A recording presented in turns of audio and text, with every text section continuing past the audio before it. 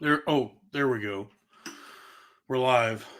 Welcome to Cornfed Live. It's the election night spooktacular. Welcome. Um, this is the most important election of our death times. Boo to the polls, everybody. That'd be cool. That would be cool if I guess if it was like 1993 and the Crypt Keeper was doing election coverage. Well, welcome to Cornfed, only on the Billionaire Podcast Network. Ching, bing, bing, bing, bing, bing. Did you fill her up? I gotta figure out. I've been. Oh, it's not even plugged in, so it doesn't even matter right now. I got Lily Abernathy sent me this really dope soundboard, but I got to figure out how to do streaming. I got to use it. There's no way that these people like Kai Cenat and iShowSpeed and XQC and all them are smarter than I am.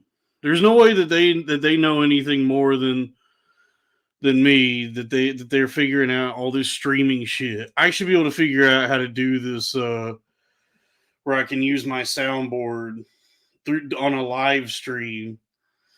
And so I'm going to figure that out because it was a very nice gift from an artificial intelligence.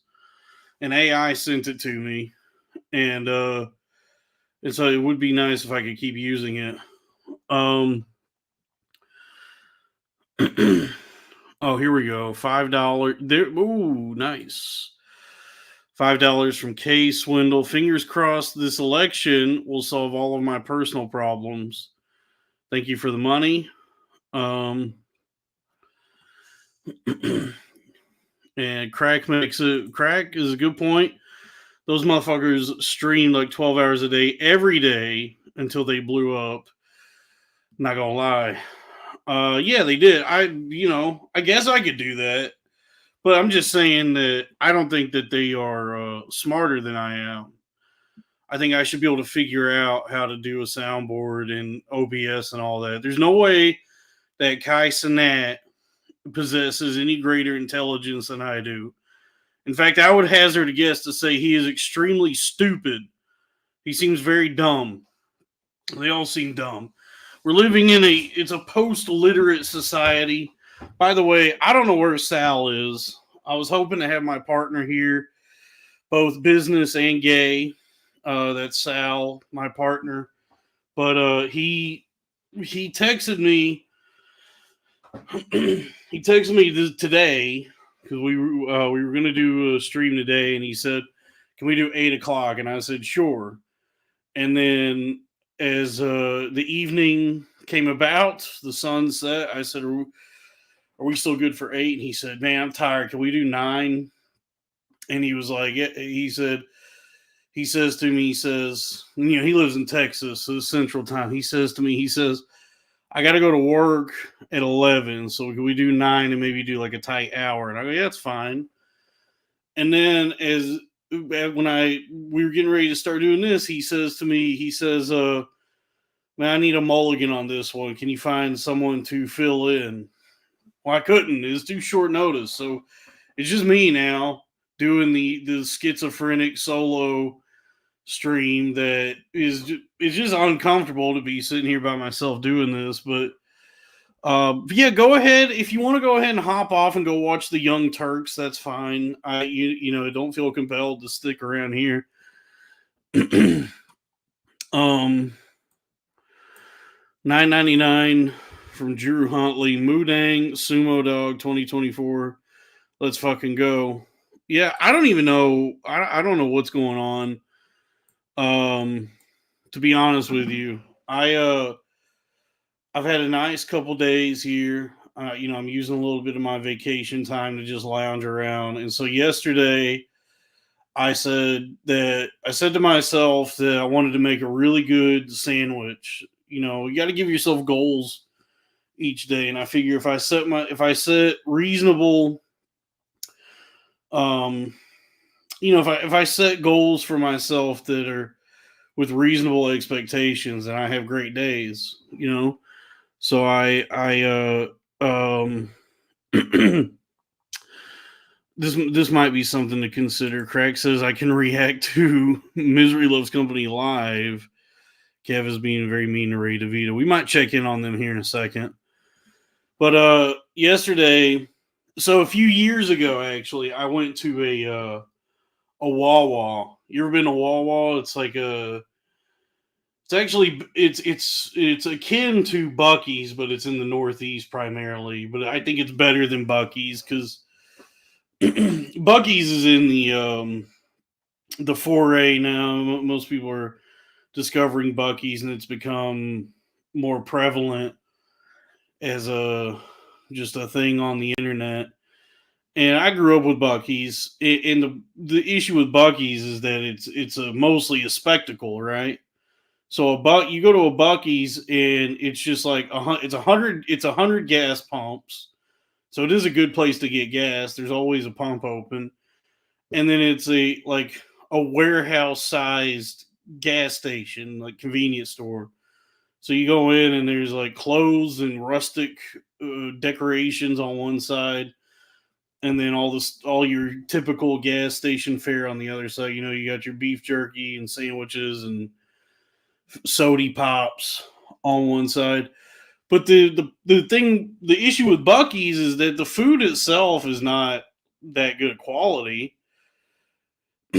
There's better places to get sandwiches and sausage rolls and all that. It's just the show of it, the spectacle of the place. It's like, wow, they made a Walmart sized gas station that sells like fudge and barbecue sandwiches and corn dogs and stuff. But it's, the food itself is, I would say, subpar. It's better than what you would find at like a Tiger Mart, Exxon Tiger Mart in the middle of nowhere, but not as good as a lot of places. And it's also kind of pricey for what you get. Like you get a hoagie there, you get like an Italian sub. It's like $7, $8, $9. Whereas you go to a Wawa in the Northeast, and it's a much more condensed establishment. It's smaller, but it focuses more on the quality of what it does offer. There's a few pumps, and then there's like a sandwich station there. They do hoagies, and the sandwiches are actually really good. It's surprising. You would think like if you're ever in like you know Delaware, you think, where do I get a good sandwich in Delaware? Honestly, the Wawa gas station would be a safe bet. And so I was actually in Delaware a few years ago, and my friend who I was visiting wanted to go on a run to a Wawa, and this was around Thanksgiving time, so around this time of year. And at the time, they had a hoagie called the Gobbler, which was their like Thanksgiving sandwich. And if I remember correctly, it had turkey and cheese, stuffing, mashed potatoes, cranberry sauce, and gravy all on a sandwich. So the idea is that it was like a Thanksgiving meal, but all on a hoagie. And so, this is the only time this week was the only time I could really get off for myself. I'm not going to be able to really take off time for Thanksgiving. And so yesterday, I had this pre-cooked smoked turkey already in the fridge. It was like one of those things you could buy that's like already cooked, and you just have to heat it up in the oven for like an hour, not like a raw turkey. And so I had that, and I said, I want to make this, I want to recreate this gobbler sandwich from the Wawa that I had as best I can. That was my goal for the day. And that's the thing. Going back to what I said earlier, it's good to have like a goal for the day. I experienced I've talked about this at length before, but it's kind of the the pivotal moment of my entire life is the debilitating health episode that I had, my extended bout with psychosis. Following that, following a manic psychotic episode that lasts for several months, you then find yourself in a deep state of depression, debilitating depression, known as avolition. AV is in Victor, olition, not abolition, not the slaves one. Avolition is what it's called, and that's sort of like as best as I can describe it, like a waking coma where I'm aware of my surroundings to some degree, but I can't really function. Very simple tasks are difficult for me, and I can't seem to really do much of anything that I used to be able to do. Can't brush my teeth, can't take a shower, can't wipe my ass. It's all like it's not depression is even feels like a misnomer because it goes beyond depression. It felt like I was truly like invalid, like I just had no motor skills or verbal, just everything was kind of like on sleep. Like it wasn't like I was in a coma, but as close as you could get to one without being in a coma. And so as I've been coming out of that and recovering from that and dealing with the still like regular depression and struggle to do anything, and lack of motivation, lack of drive, lack of ambition, I found that what's good to do, and I think this would apply to anybody whether you're dealing with like a mental health thing or not, is to just have a goal for yourself during the day. Just set like something to accomplish so that you have like a sense of accomplishment. You know what I mean? And then it gives you something to work toward, and you can build from that day by day, baby steps, like that movie with Bill Murray. You know, and so that was my goal yesterday. Was I wanted to make that sandwich, so I heated up this pre-cooked smoked turkey, and then I didn't um that was probably the only ingredient I actually had. So I had to run to I had that and the gravy already. So I had to run to the store to get the other accoutrement for the sandwich: the hoagie rolls, provolone cheese, stovetop stuffing, and cans of cranberry sauce. And in lieu of mashed potatoes, I went with French fries. So I get back, and I got the turkey going. Dump the log of cranberry sauce onto a plate. Um, get the French fries going in the air fryer, and and I'd actually never made stovetop stuffing before. Let me say something right now. It was very easy to make, and I'm going to be honest with you. It's good. It's good enough that it's better than making regular stuffing. I would say that laboring over a whole ass made from scratch stuffing, the product you get from that is not good enough to justify the amount of work it takes to make a stuffing that way. The stovetop stuffing is pretty good. It was better than I thought it was going to be, to the point where I said I would just do this because this only takes like 5 minutes. You just heat up some water and butter and then stir in the bag, and it's obviously it's not as good as homemade, but it's good enough that the time it takes to make it, I think, elevates it beyond homemade because it was just so easy to make. I was surprised how good. So anyway, um, so I'm getting everything going to make my Thanksgiving dinner sandwich 3 weeks before Thanksgiving, and And so everything is done cooking. I toast some hoagie rolls, and I lay down 2 slices of provolone. Top that with some of that stovetop stuffing. Top that with a little bit of some French fries. Then the cranberry sauce with the whole cranberries. So it was a jellied cranberry sauce with the berries in it.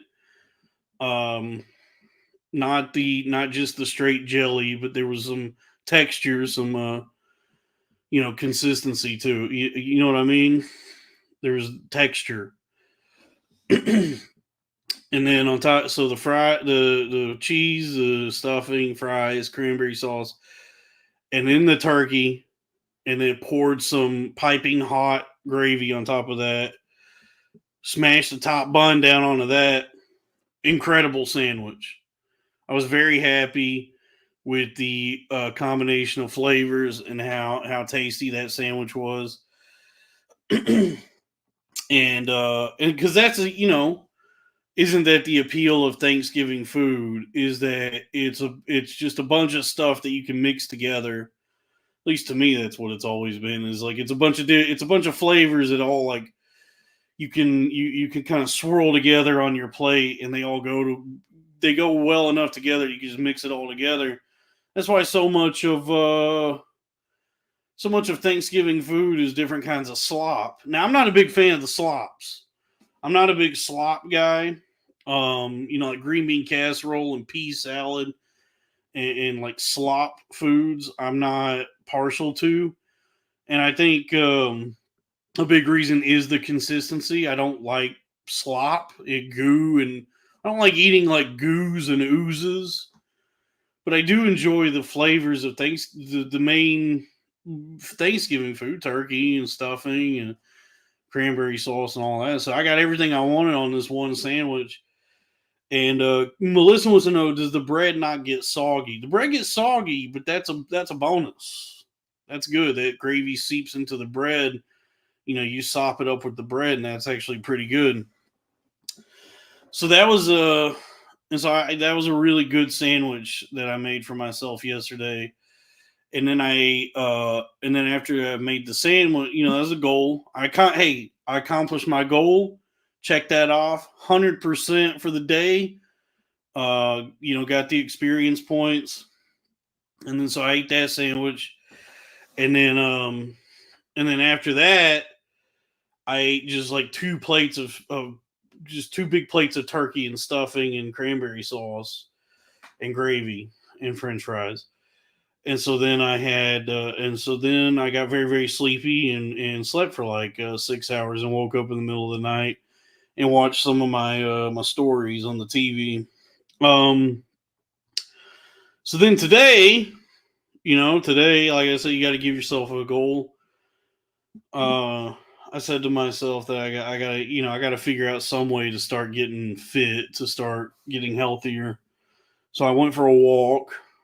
Um, I walked like a mile and a half, and then I had some seafood. Had a little bit of fish afterward, and that was and that I achieved my goal for today. Now my body has atrophied to the point where a mile and a half for me does have a few pit stops in it.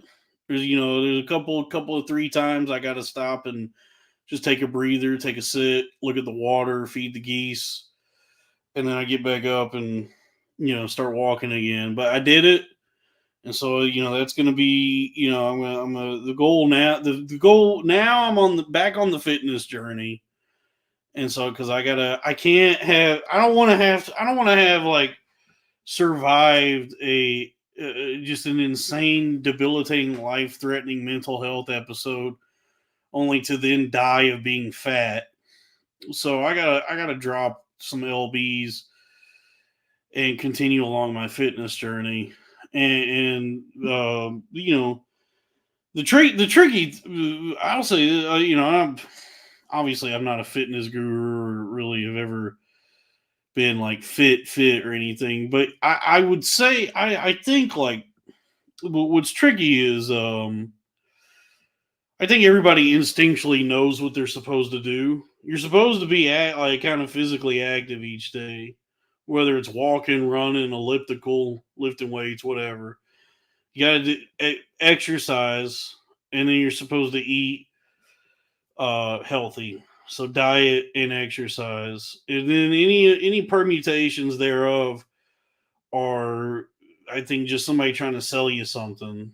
You know, um, like all these like pseudo junk science guys. They're like, you got to buy this supplement or eat just get do the carnivore diet or keto or this and juicing this and that. It's like I think it's pretty intuitive.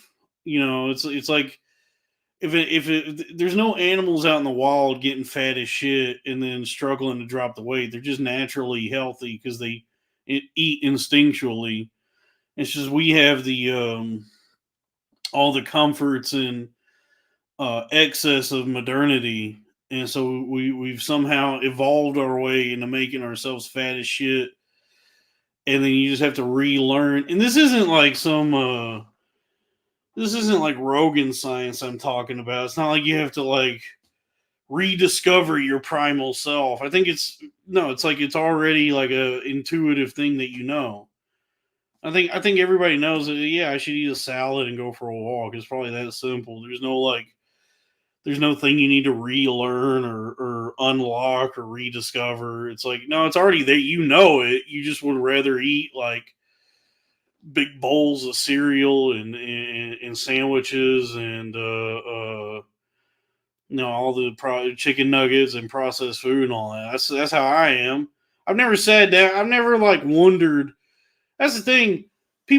There's people who try to do a gotcha at me. They try to call me out on my weight constantly. Where they'll tell me like, "Oh, you're fat as shit," and or they'll say something like, "Oh, but you wonder how you got so fat." And I go, "I've never wondered how. I've never thought like, how did this happen? Why am I so? Why am I not losing weight?" It's like no. Every time I've sat down to eat like a slice of cherry pie, I've never been eating pie and thought like, why am I not losing weight? It's like, no, I should not. I always know like, oh, I should not be doing this. I could cut this out of my diet completely and I would be all the better for it, but it's too good. So I keep eating like dog shit. But I know it's not good, right? And I know what is good. I should be eating like celery and bell peppers or something. Um, what is this? John Castle, $2. Talking Heads once in a lifetime. Okay, it's a music request. We'll get in this. We'll do that in a minute. Shout out Sean from Pittsburgh, $2. Shout out Sumo, Smuckers, and Connor. Okay. Thank you for the money, folks. Please keep giving me money. Yes, Raphael, good point. Squash is a good one.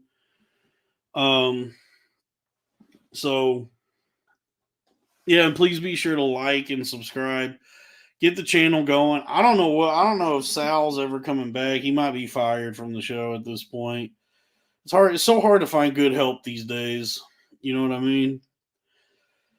No, I would never. I'm not his boss. I mean, I would never ask him to leave or fire him or anything. I'm bummed out that he couldn't be here for the election night spooktacular. But his life is crumbling around him. He's going through a lot of trials and tribulations right now. He's in the cave in the Dagobah system, facing himself, so to speak. I mentioned that on the premium episode this week. By the way, check out the Patreon, patreon.com/cornfed with Dalton Pruitt. But I'll say it here as well.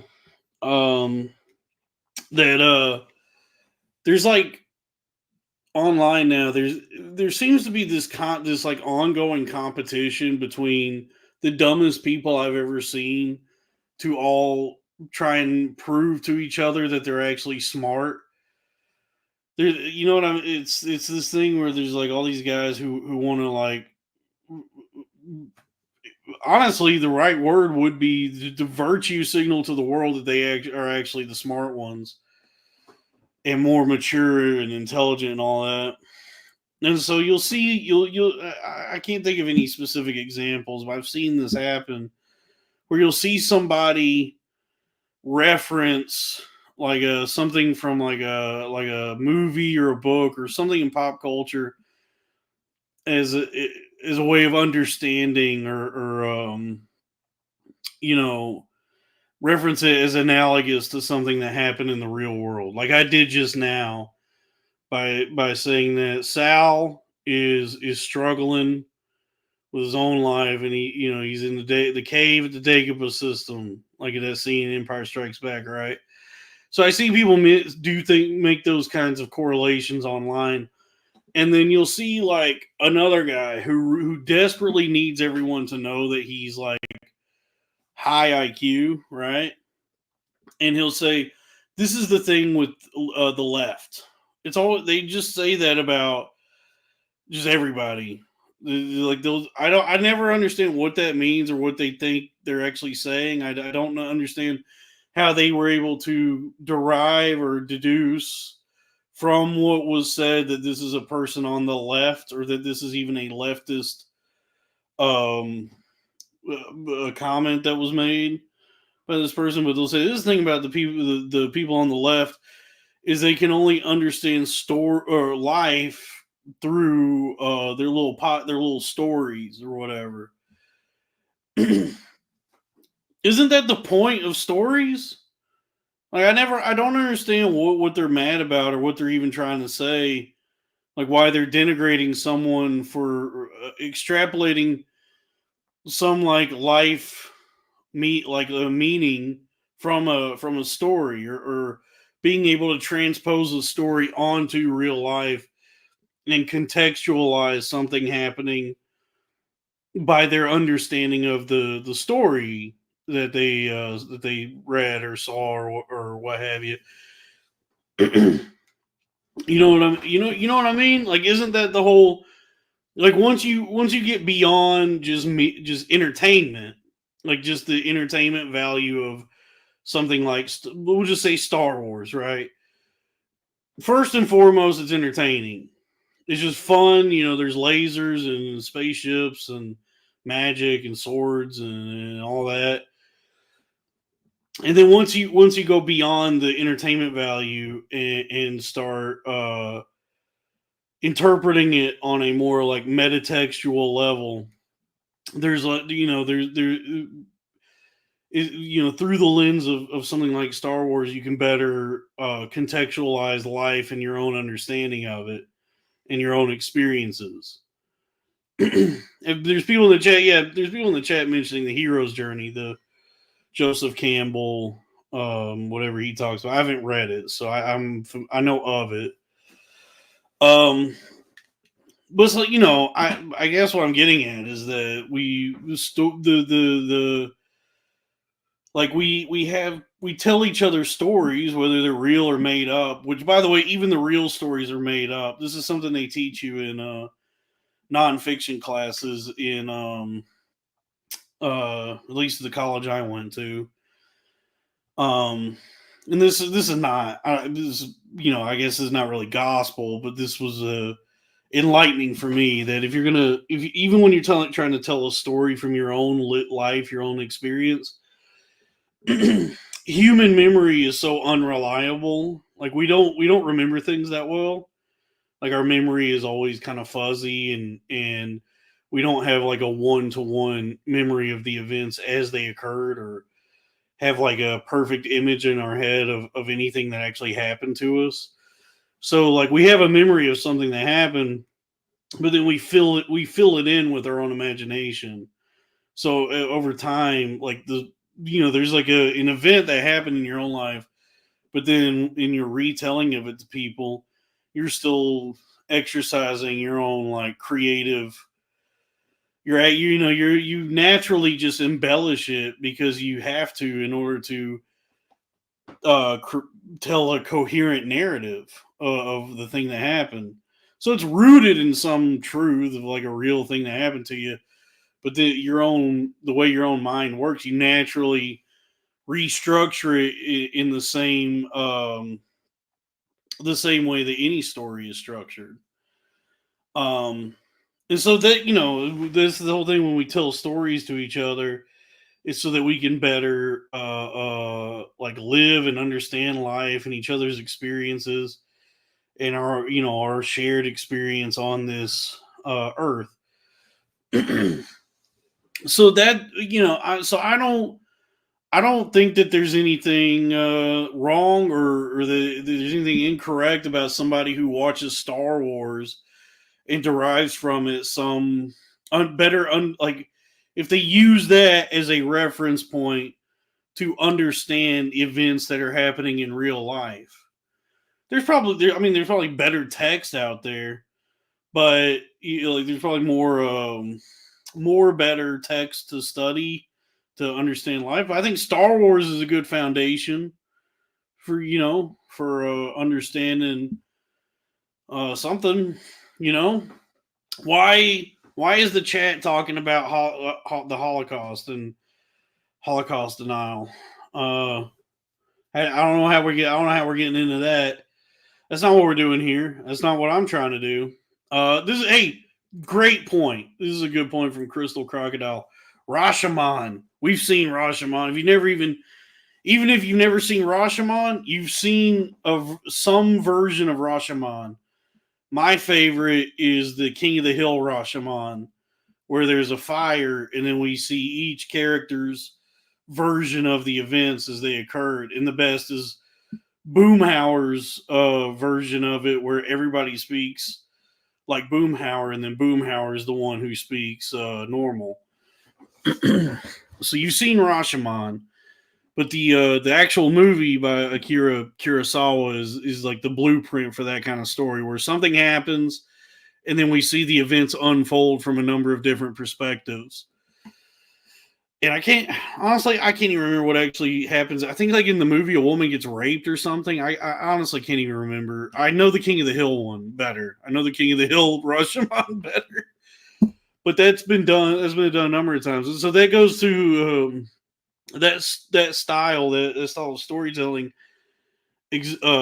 exemplifies or showcases the inherent flaw in human memory, that it's unreliable, that even when someone's not lying, even when someone is attempting to tell the truth, their memory of the events is inherently unreliable. And so that's why, honestly, maybe that's why Bert Kreischer's not even lying. Maybe he is telling what he believes to be the truth when he tells his tall tales about himself. What is this? Kage Musha has the best dream sequence ever. You ever seen that, Dalton? Nope. No, I haven't. But John Castle's right. I am Bobby Hill. I guess we'll go ahead and watch John. Folks, we'll do Corn-Fed Radio now. Corn-Fed Radio now. John Castle wanted to hear Once in a Lifetime by Talking Heads. So this will ensure that my video gets demonetized. So please be sure to super chat so I can still. It's not like the ad money is that substantial anyway on a channel this small. So I guess really what's most important is to like and subscribe and comment on the thing, and then tell people about this channel. Okay, well, folks, welcome to Corn-Fed Radio 148.8. Let's go ahead and we'll do this. John Castle paid me $2 for this. This is Once in a Lifetime by Talking Heads. I think you're going to love hearing this through the StreamYard EQ.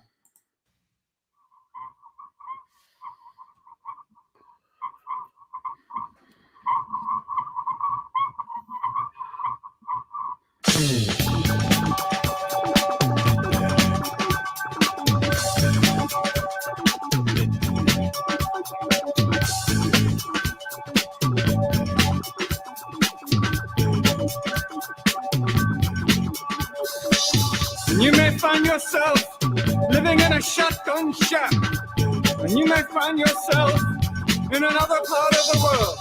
And you may find yourself behind the wheel of a large automobile. And you may find yourself in a beautiful house with a beautiful wife. And you may ask yourself, well, how did I get here? Letting the days go by, let the water hold me down. Letting the days go by, water flowing underground into the blue again. After the money's gone, once in a lifetime, water flowing underground. And you may ask yourself, how do I work this? And you may ask yourself, where is that large automobile? And you may tell yourself, this is not my beautiful house. And you may tell yourself, this is not my beautiful wife. Letting the days go by, let the water hold me down. Letting the days go by, water flowing underground into a blue again. After the money's gone, once in a lifetime, water flowing underground. Same as it ever was. Same as it ever was. Same as it ever was. Same as it ever was. Same as it ever was. Same as it ever was. Same as it ever was. Same as it ever was. Letting the days go by, let the water hold me down. Letting the days go by, water flowing underground into the blue again. After the money's gone, once in a life. All right, I think that's $2 worth of that. Great song. I really like them. Now, there's an interesting discussion happening in the chat that they were considered punk back in the day. I think I've heard that, and I think maybe early on, like that first album, Talking Head 77, that might have been teetering on punk. But then I think definitely it would, as they went along, it would be categorized as new wave. But I'm not like a category guy. Like I just like music. So like, I just like music that sounds good, and I don't really give too much credence to whatever category people try to put it into. I understand that. I guess that's what has to happen for the sale of something. I don't know. But I think like the best music kind of transcends categorization. And I was just having a conversation with somebody about this the other day in one of my GCs, one of my group chats, that once you're done being a teenager, you should just stop identifying with any music genre or category, and just you should just be like, I like music. You know what I mean? Like there's people now. I still see people who are in their like 30s and 40s who are like hardcore guys or punk guys or metal guys. And I'm like, I just like music. So I don't really identify with any of that. I just like enjoy good music, you know? Now that being said, I am not, I don't really have much of a proclivity for, or no, that's not the right word. I'm not terribly partial to metal these days. A lot of it sounds like noise to me, which is ironic because I do enjoy noise music, but metal just is the noise I don't really enjoy that much. Drew Huntley, $9.99, 1776, or Fuck Everybody But Us by Crackery J Amico. Your choice or put to a vote. You want to listen to Crack's music? Yeah, I guess we might be able to do that. This is a good point. Melt Banana is sick. Melt Banana is great. They just released it. Melt Banana just released a new album called I think it's called 3+5 is the name of the album. It's very good. I was very happy with it. Is a good in and out tight. I think like maybe like a half hour. Let me look that up. Melt Banana. Let's see, it's called 3+5. It is 24 minutes long. It's great. In and out, no fuss, no muss, no fluff. I really enjoyed it. Raphael says it's underwhelming. Craig Amico says noise music like Death Grips. Okay, well, fair enough. The drummer of Death Grips is Zach Hill from the noise band Hella. So there is a lot of noise influence in Death Grips. There's a lot of noise music being injected into it, but then that is balanced by the raps of MC Ride. So it's sort of a I would say a fusion of Death Grips is a fusion of noise and hip hop of rap, noise and rap. that I would say even defies mere categorization as it blends multiple influences. The two primary being noise and rap. Craig says motherfucker was talking about bones in his mouth, pause. Yeah, I don't know what any of the lyrics mean. I just think it sounds cool. I think it's very aggressive. It sounds fun. I really love that album, The Money Store.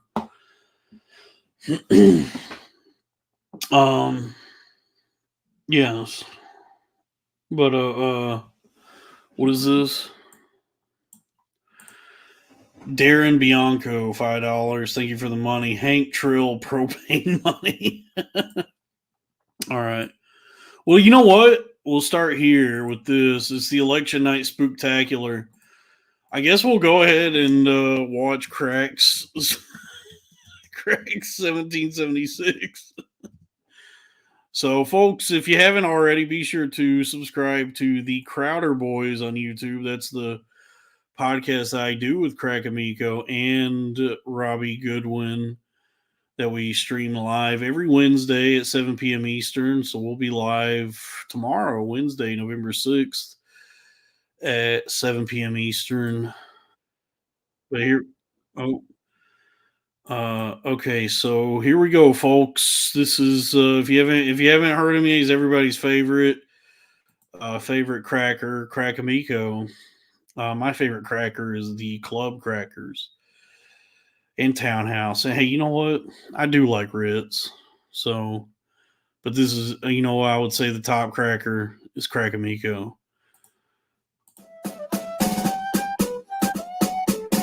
Yeah, stupid ass bitch. This shit too easy, goddamn. Corny ass tea sipping bitch. It's crack. Migo. Hey, 1776, Georgie pulled up with a stick. Like, boy, get the fuck on my dick. Bodies on bodies gon' drop when I walk in. I'm fucking his wife and I'm beating his kid. And I'm killing his mama and fucking his daddy. Pull up with the Glock and he going outside. Lit up his whole block, got the Red Coast mad. You know everybody British, I'm a motherfucking faggot. That's on guard, bitch.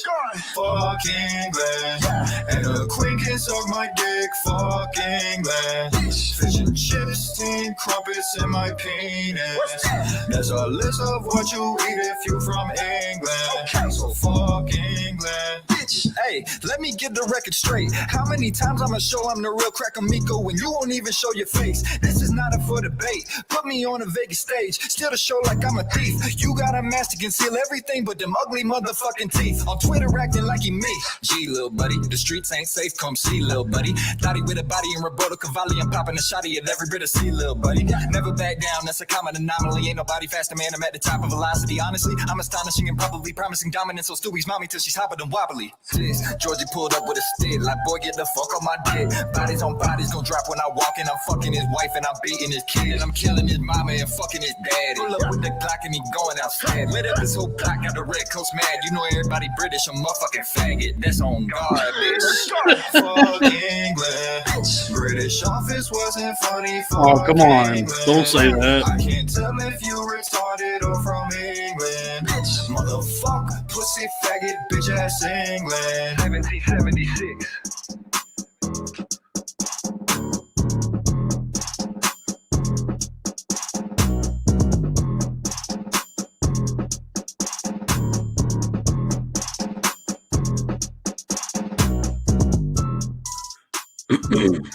Very good.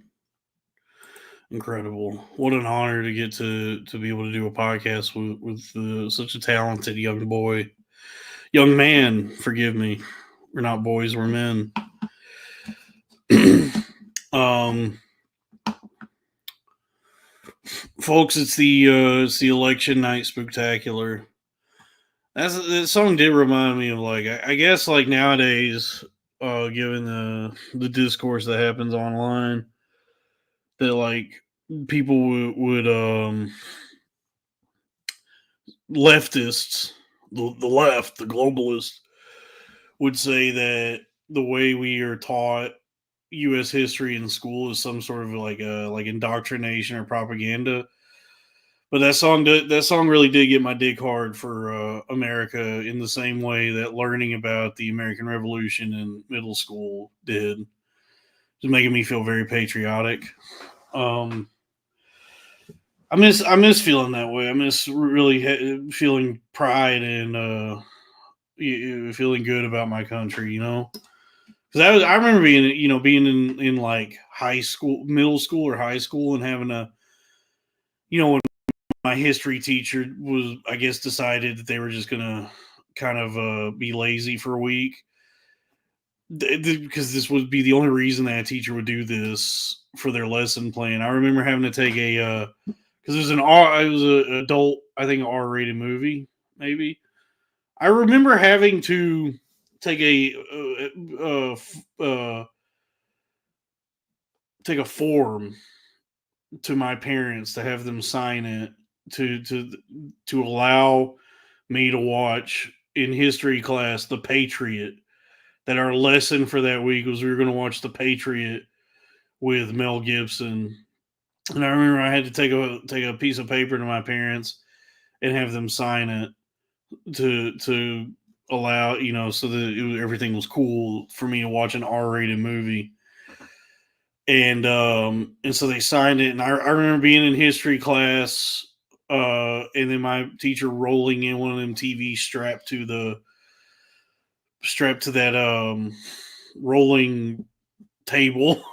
They had those rolling shelves, where they had a TV like belt buckled to a table to a thing, and they put in a DVD of The Patriot. And so I remember being in class watching The Patriot, thinking, dude, I love America so much. This is the best country on earth. And then over the years, that's sort of like diminished, dwindled as you start to realize that this country is an empire responsible for so much terror and suffering and bloodshed around the world. But I think at the heart of this, the spirit of this country is freedom and life, liberty, and the pursuit of happiness. And so this country, we are not our government. That's what The Patriot with Mel Gibson teaches us: is that we are our people. We are not our government, and is when a government becomes tyrannical, that we have it within us. It is our responsibility to rise against that government, and that time is upon us once more. Folks, it's the election night spooktacular. Speaking of, it's looking dicey, depending on which way you lean politically. As of right now, Chase Oliver of the Libertarian Party has 0 electoral votes. What a travesty! But let's see. Yeah, it looks like Donald J. Trump is leading with 210 electoral votes, and Kamala Harris is trailing with 113 electoral votes. So, it's anybody's game, folks. Democracy is on the line. Freedom of speech itself is at stake. It's the most important election of our lives. And am I ready for this horse shit to be done, man. I am sick of it. And it's not gonna be. We'll get the results, and then everybody will just get more insane, and it'll get worse and worse as the days go on. So I don't really see it getting better for anybody or anything calming down, because here's the thing, and I've touched on this before, that like we were never allowed the chance to actually deal with or work through the in the hysteria or the psychosis that was induced that was induced to on upon us, that we were induced with, but due to the pandemic. Like, and it's not like, I'm not like, it's not, I don't want this to go. The crazy thing is, like, if you, what's bizarre to me is, like, if you mention the pandemic now, there's a lot of people will just it seems like they'll try and like shut it down. They'll go, "Oh, you're still talking about that?" Which, yeah, I mean, we all got sick of hearing about it because it dominated our lives for like 2 years. But hear me out, listen to me, stay with me now. This global event happened. This plague swept through the lands and killed millions of people, and so that right, that right there is a tragedy that's enough to just fuck with our mental states.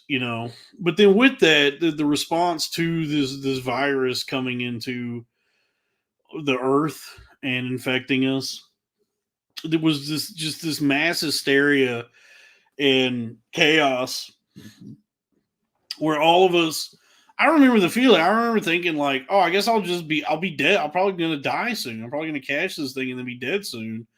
Or my family will be. I was just living in constant fear of this virus, and then like the response to it by like federal and state governments was all over the place, and there were the quarantines and the lockdowns, and everybody. I do feel as though we all like developed this like shared psychosis due to this global pandemic happening, this event that was like dominating our lives, that had us so scared. And we, the as the days went on, as it just kept dragging on in our life, and we settled into these like new lives of, now this is our reality, where we're just, I guess we just are locked inside, or depending on where you were, and everybody's gonna be fighting with everybody. The one thing we were like waiting for, I feel like, um was for like just some like authority figure to come out on TV, to come out publicly and like ding a bell, like ring some bell to say, okay, it's over. Now we start repairing and recovering and rebuilding and all that. And that never happened. It just sort of like faded, just kind of like fizzled. And then just, it felt like they all of a sudden we realized, like, oh, I guess we're all just back at work or whatever. Like, we're just expected for life to go on as it was before. And now, like, nobody, it's not really talked about that much now. Like, there's still these like fringes that bring it up, but they don't have like a rational or reasonable conversation about it. And then if you talk about it now, the expectation is to just shut up. Like, oh, that's over now. But my argument is that this event uh, brought forth in us, beyond just like the people dying, this shared psychosis. Like, we all went insane. And then because and this is, I'm not trying to lean into any like Marxist communist horseshit here, but because this is a country, we live within an economic system that values the production of capital more than anything. It was like, well, it's time to get back to business. It was return to the office or get back to work, go back to life as usual. And so we were never like afforded the space or time that we needed to properly recover and work through this, this hysteria and psychosis and whatever this did to our brains. And so now people are just like more insane now than they used to be. And no one's like actually looking within themselves and saying, oh, yeah, there was like 2 years of my life that I was convinced the world was ending, that it was just nonstop fear and panic and anxiety. And then I couldn't like leave my house or my apartment, which for some people was pretty sick. I gotta be honest, that was pretty tight to just like not even have to feel the pressure of leaving. Like, you know that feeling when you're just trying to lounge around, but you feel like guilty about it. We're like, oh, I should be doing something. It was nice to not even feel that, to be like, well, I'm supposed to be here, so it was pretty tight. but but yeah, so I think that uh yeah, we never properly dealt with the sort of the way we became more crazy, and then everybody's just getting crazier. Like, it's all compounding, and everybody's just more insane than they've ever been, at least in my lifetime. And I guess at a certain point it'll boil over in something. There'll be some like tipping point or some inciting event where we all go, oh well, that's the peak of the craziness, and so and then we start to try and calm ourselves, get back down to some stability, I guess. But it seems like since then we've only gotten more and more crazy and at each other's throats. um, that's just something I've been cooking up in the lab that I've been thinking about. Uh, so let's see here. Was this $10 from Ride Santa Cruz? Little Richard, the girl can't help it, and we still have this Hank Hill thing. So, which well, folks, let's go back into Corn Fed Radio. Well, I guess we'll go chronologically. So Hank Trill, propane money. What is this? I've never heard of this.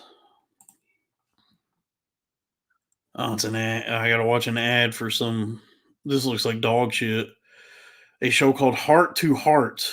Oh, it's like a talk show with Kevin Hart. Yeah, so it looks fucking terrible. And by the way, I only say that because he's more successful than me, and I'm mad. I hate that my own life sucks, and I'm not as successful as him. Let's see here. Here we go, folks. This is Corn Fed Radio 148.8.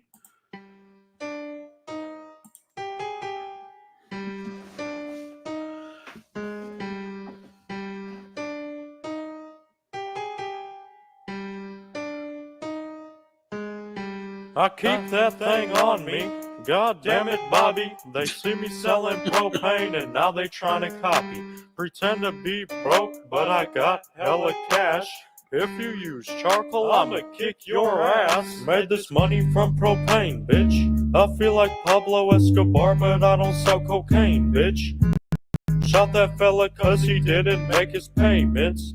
Fuck with me, I keep a rocket launcher in my basement. Made this money from propane, bitch. I feel like Pablo Escobar, but I don't sell cocaine, bitch. Shot that fella cause he didn't make his payments. Fuck with me, I keep a rocket launcher in my basement. Oh man, goddamn, I caught Bobby jacking off. Syrup ain't no cough. Big Hank, break the law. Lady Bird, that's my dog. Peggy got that wet, I'll flip you like a tech deck. Yeah, I run my set, I'm running up them checks. If you using charcoal, that's a red dot at your head. Propane till I'm dead, bitch, I'm off the meds. We be smoking loud, and you smoking on mid. Me and Dale getting lit, and I'm running from the feds. Made this money from propane, bitch. I feel like Pablo Escobar, but I don't sell cocaine, bitch. Shot that fella cause he didn't make his payments. Fuck with me, I keep a rocket launcher in my basement. Made this money from propane, bitch. I feel like Pablo Escobar, but I don't sell cocaine, bitch. Shot that fella cause he didn't make his payments. Fuck with me, I keep a rocket launcher in my basement.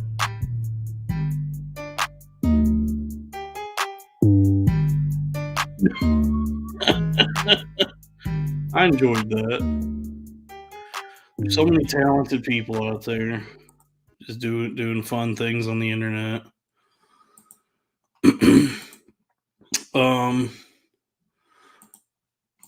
Let's see. I want to check out what Crack was talking about earlier.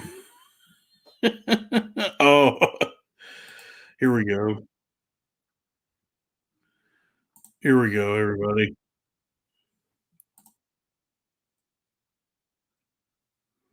You don't have to read. I already read it. didn't I? Well, Neil's a boring guy. Okay, so He's a here's Hollywood the- guy. I know Neil Brennan. I knew He's Neil- not funny. Bob, one of the Bobs, Bob Kelly, said when you watch Neil talking to somebody, the other guy's never laughing. So Neil's not naturally funny. No. So now he wants to take himself seriously. He wants to do a Joe Rogan soy boy version where he's like, "Hey, what are your feelings? Talk to everybody." Well, no, Neil. I've known Neil Brennan. Neil Brennan is a Hollywood guy. He wants to be liked. He's a. I'll give you Neil. If you're watching, you're a hard worker. There you go. That's all. That's all I'm going to give you. Oh, Based look on at what? Chad That he Zumach does- I do bouncing on more it. shows in a week than he does in a month. He's like he's good at networking and saying Right. he's a Kamala guy. He's a Kamala. He's a Kamala guy. Yeah, it's election. I'm trying to make everything. Come so on. Come on, election-based. Trump. Come get me, Trump. Come get my taxes, you fucking clown. Hey, I'm president. Hold on. Kamala guy? Pause. Show me the 1099s. Show me the 1099s. This is great. Nice podcast, stupid. He's great. What time's their show on? I think they go like on Fridays or something. I don't know. That's what I mean. You gotta have a specific time. Keanu is quite proper for someone in East Harlem. She is, but not for long. She won't be there for long, Kevin Soundboard. She's moving to South Kakalaka With according to Chad. Michaeline, they're That living in makes her total home. sense. That makes total sense. First of all, Michaeline and her already do a show together. This is great. So that's a natural fit for her to go down and for her 14 viewers. It was And then like I'm Gino will hanging be out like, with my friends. I love it Kevin down and here. Chad. It's so much more relaxing. Gino don't have no money. Keep sending super chats and stick it to Gino. And that's why Kumio was like, "Oh, cool, you're moving down here. I'm not. Yeah, I don't Right. expect money from me." He Right, like cut I'm off the not hiring you. allowance. There's no jobs here. Yeah. I'll go out with you once a week, maybe, if you want to drive 3 hours. He won't even. Kumi is done with him. Chad Zumach plays the role of But Gino's Sal. like, no, I gotta go to South Carolina, and then Kumi will take me back. You'll see. Go ahead, Chad. You read this. I'm done reading. He gets a lot of super Willis, chat. $10. Thank you, Roy Willis. Never dreamed I'd be sitting here in 2024 as a full-on fan of the Mud Shark and the Cat Shark. Shout out to both of you. Kevin's probably making yeah, like Tuna Town. $300,000 a year doing Tuna this. Town, a dumb cunt. Kiwi Farms fact check, Chad. Section 8. All right, this guy's been trying this so long. By the So, way, yeah, it's not. I know where Chad lives. It's not even true. I know it's not I li- Section 8. I'm a half mile from a Whole Foods. You fucking douche. Keep sending $2. Click that. He's a half mile from a Whole Foods. There's no Section 8 even a half mile. I called Yeah. to move to South Carolina last week. Biatches.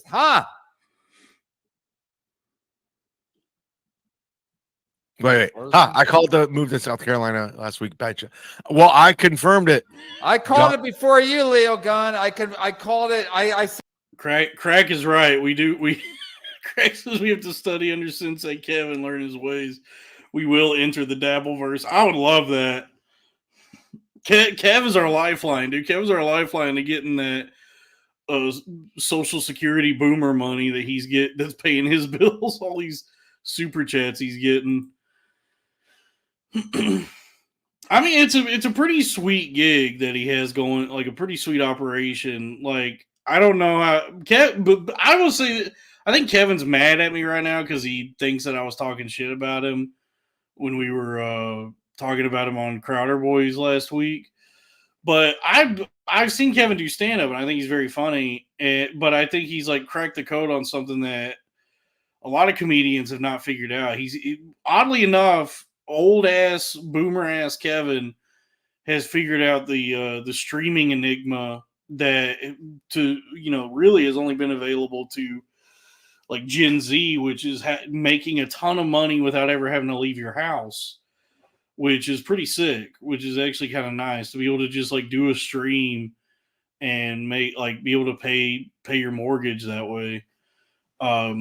which is, as far as I know, was like something that only guys like Destiny and Vosh and Kai Cenat and all them had figured out. Like, I don't know many comedians that are really like capitalizing on the possibilities of streaming other than Kevin. But also, that being said, Kevin, I've seen him do stand up, is a very funny stand up comedian. So I don't know if he's like how much he actually works as a comedian, but he seems to be making a good living just doing a stream and screaming about Gino and Keanu and Ray DeVito and Patrick Melton and all these fucking people that I don't know who they are. But let's see. We'll do a little bit more of this. Michaeline. See, I don't know who he's talking. I have no idea who this is. Only Tars moved to place of more Newports. Talking about South Carolina? Split the ticket. Vote for candidates of more than one party. That's what that means. Chad or Kevin, Kiminians, Ray could explain ticket split. Oh, splitting the tickets. Oh, voting for one guy and then the other Democrat, Republican. I got it. Dick Tracy, a lot of people are showing up tonight we haven't heard from in a long time. Nick and Fort Wayne, only Tars moved to place of more Newports. You're talking about Gino. Listen, Gino ain't got no job. Listen, Gino ain't got no Show me money. his 1099. it's a fact. It's a fact.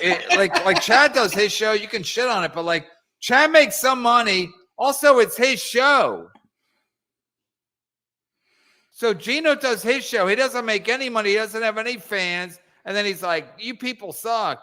But then he has to support Canoe and her fucking cunt mom with the headband. So that's not how life works. You can't support like a bunch of people waiting for super chats and then insulting them when you get them. Right? I can't Chad, believe you don't have Chad. Do you have a wife and a family? I have nothing. I don't even. Clean? I don't even have a plant. It's He awesome. don't have a plan, but he has a studio ready to go. Right? Next week, I'll be in Next there. week, it's going to be finished. Well, it's not finished. I'll be in there. Oh, good. Chad's No, 'cause getting the with studio. hurricane. Yeah, I had a hurricane. Oh, Come the on, guys. production team, come on. I'm a hurricane survivor, everybody. Venmo me. It's archaic.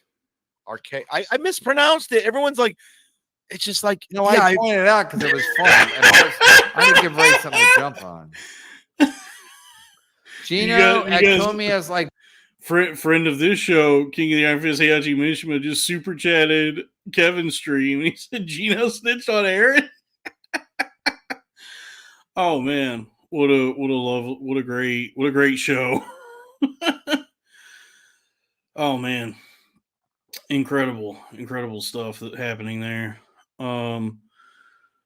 Man, what a fun time to live in. You know, as many complaints as I have about like whatever you want to call it, like modernity or the technological age or whatever it may be. Dude, it fucking rules to live in now times. Because back in the day, this was you couldn't. There was no chance that this was even a thing. Like back, 30 years ago, you just had to get a job, or if you wanted to have a media career, you had to go to either LA or New York and hustle and grind and scrape your way into media. It's pretty tight to live in a time now where you could just like fire up the old webcam and do whatever and make money that way, which I think is like at least 40% of the U.S. economy is just people handing money back and forth between different things that people are doing on the internet. There's like an OnlyFans girl that is she's getting a ton of money, and then she's giving that money to somebody else that does something online, and then that person is giving their money to another streamer. So we're all just passing around the same money between different just nothings that people on the internet are doing, and that's what's propping up the entire United States economy. Is just people doing podcasts and streams and feet videos and whatever. Is Trump pulling ahead? Oh man. Wait, did Kevin read Heihachi's comment? I don't know. But that'd be fun. What a fun show. Yes, it is the super chat economy. So, folks, go ahead and give me a little super chat if you want to, and I'm sure that money will come back around to you in dividends in due time. um, let's see here. What point did John Castle make? Crack says John Castle made a good point. Oh, that Dave can't even drive. That is true. Yes, Dave cannot. How you go? Yeah. Motherfucker, get your license first before you try and tell me what's going on with the taxes and the Fed and all that. But yeah, I mean, it's a great. I'll say this is a pretty as frustrating as nowadays can be, and as insane as everyone seems.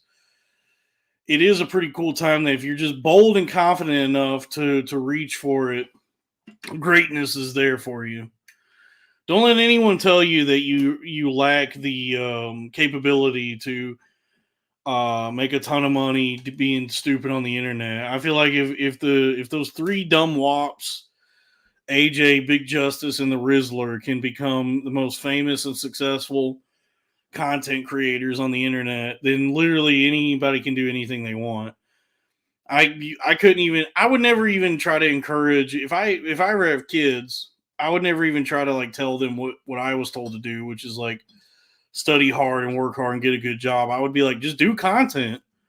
Like, I'm not going to put you out there myself, but when you're old enough, do content and try to get famous on TikTok or something, because it's going to pay. It's going to secure for you a much better life than even being like an engineer would. I've seen that happen online. I follow tons of whores on Twitter, and I see all these whores, these like OnlyFans girls who are like, yeah, for like a decade I worked as a aeronautical engineer, and I make more money now doing OnlyFans content than I ever did. I make like 10 times more in a month than I did in a year doing that job. And it's like, well, supply and demand, sweetheart. There's not a lot of demand for a female aeronautical engineer. There's a lot of demand for a female whore. We always want that. We don't want broads working on our fucking rockets and spaceships and stuff and airplanes. We want you showing feet. We want dudes to work on that equipment. So chances are your labor is not in that space is not as valued as the dudes, and you just weren't aware of it. Like, oh, this field just doesn't pay that much. It's like, yeah, for you, we'll pay you as feet pictures and videos of you like stepping on cakes and jellies and stuff and squishing it between your toes. That's where you make your money. The men will make their money building the infrastructure for this planet.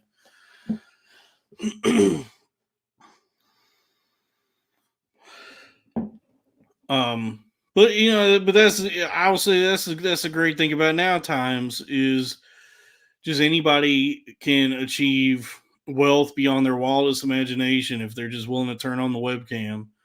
And that didn't exist before.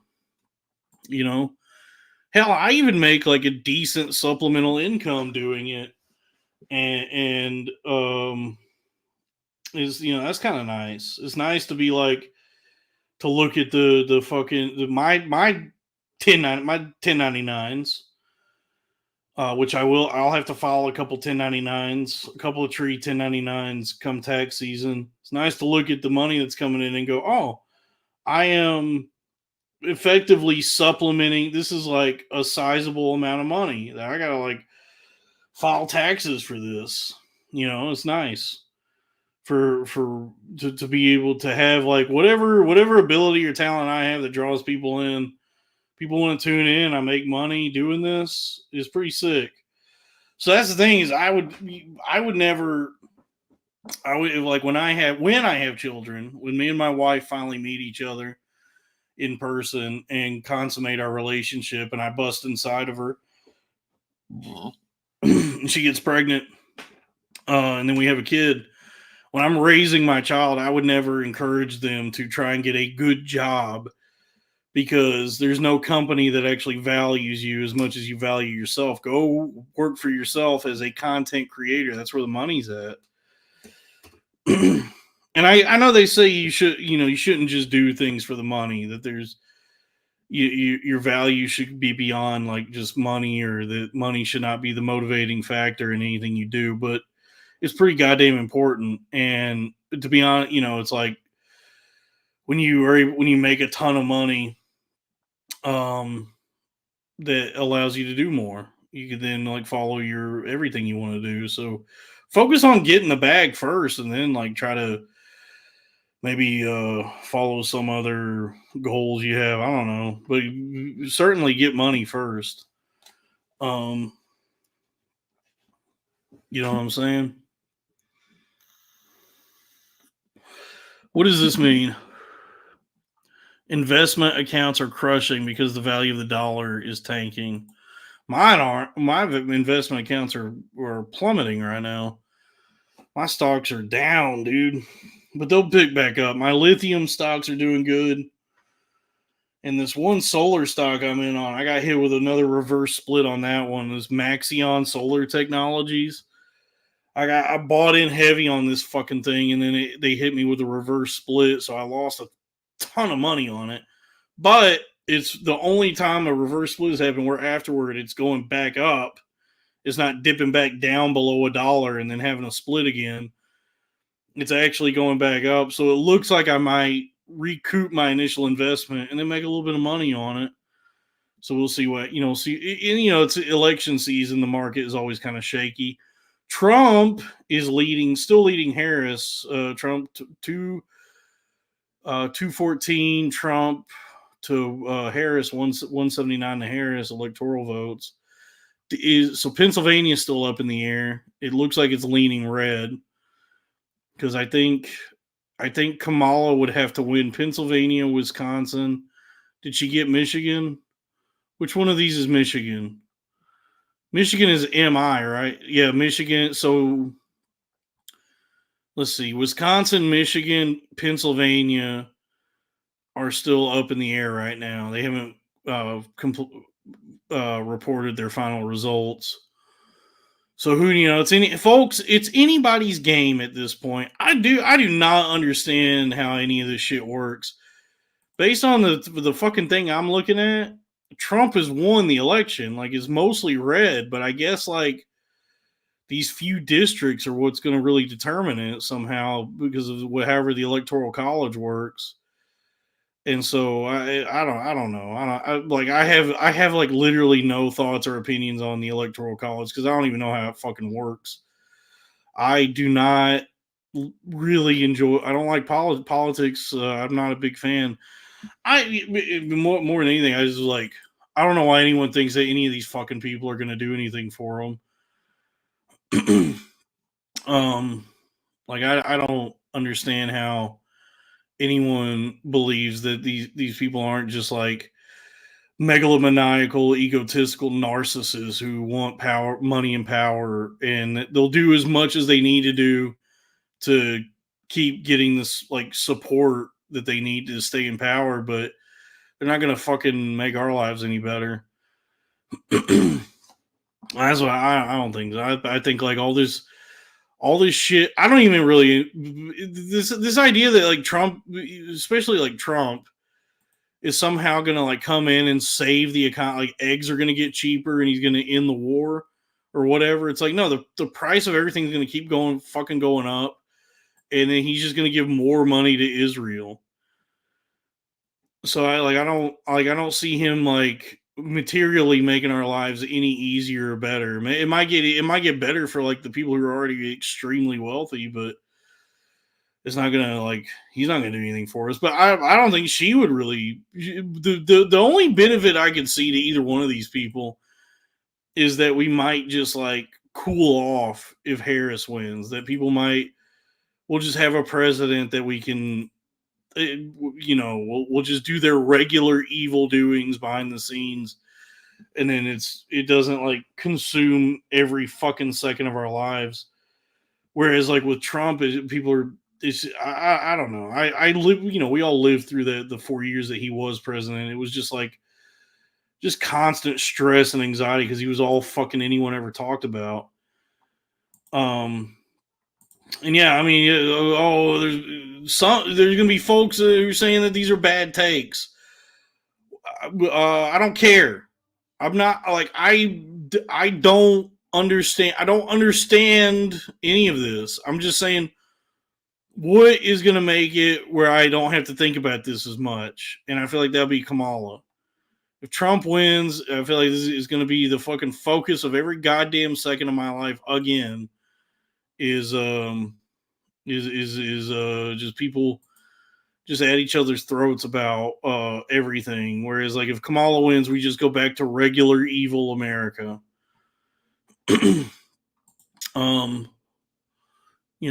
Just regular ass war crimes and subterfuge and Raytheon or whatever. Lockheed Martin Lawrence. So wait, there was another super chat. Oh, look, ride Santa Cruz $10. Little Richard, the girl can't help it. Okay. Folks, this is Corn Fed Radio 148.8. Let's see here. Just watching YouTube videos with the boys. Well, I guess this isn't really a video, but it's a song. Here we go. Jesus Christ. Another ad for I'm looking at an ad for Moana 2. Yeah, I'm not gonna watch that. It's for children. I'm not watching a children's movie. Here we go. Folks, this is Corn Fed Radio 148.8. This is The Girl Can't Help It by Little Richard. Can't help it, the girl can't help it. Can't help it, the girl can't help it. If she walks by, the men folks getting cold. Can't help it, the girl can't help If it. she went tonight, the breast lights turn to told. Can't help it, the girl can't help If it. she got a lot of what they call the mold. Can't help it, the girl can't help it. The girl can't help it, she was born to please. Can't help it, the girl can't help And it. if she's got a figure made to squeeze, Can't help it, the girl can't help it. won't you kindly be aware? The girl can't help it. Girl can't help it. If she mesmerizes every mother's son. Can't help it, girl can't help it. If she smile and beefsteak become well done. Can't help it, girl can't help it. She make grandpa feel like 21. Can't help it, the girl can't help it. The girl can't help it, she was born to please. Can't help it, the girl can't help And it. if I go to hell on bending knees, Can't help it, the girl can't help it. won't you kindly be aware that I can't help it? I can't help it. Because I'm hoping, obviously, that someday the answer would be the girl can't help it, she's in love with me. Can't help it, the girl can't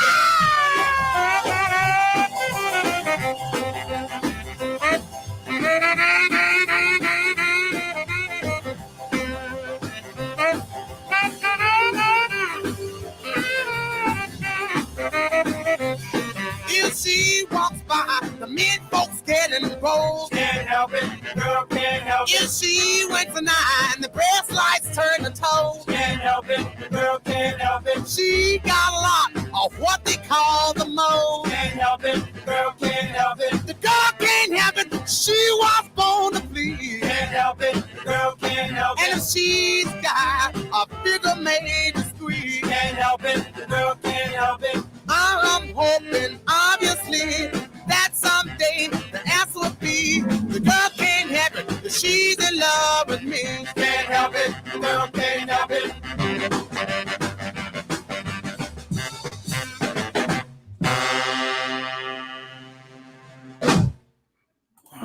They certainly don't. They don't make music like that anymore.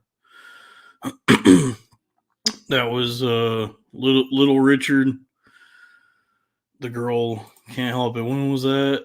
When that come out? Released October 8th, 2012. No, it wasn't. I don't know. That's probably from the 50s or something. Well, folks, it's the election night spooktacular. What are we looking at? Trump 230, Harris 187. And the first, I guess, is the first one to 270 wins. I don't know how any of this. I'm not like a, I don't understand politics. What is this? $9.99 from Drew Huntley. I'm gonna rip it up by Little Richard. Well, folks, let's rip it up by Little Richard. This is Corn Fed Radio 148.8. And another ad, an ad for Rogaine. There's a black guy in the ad. I know black guys use Rogaine. I thought they just went bald. Okay, here we go. Folks, this is Corn Fed Radio by request. Rip it up by Little Richard. Corn Fed Radio 148.8. Well, it's Saturday night and I just got paid. Fool about my money, don't try to save. My heart say go, go. Have a time cause it's Saturday night. Now I'm feeling fine. I'm gonna rock it up. I'm gonna rip it up. I'm gonna shake it up. Gonna ball it up. I'm gonna rock it up and ball tonight. Got me a date and I won't be late. Pick her up in my 88.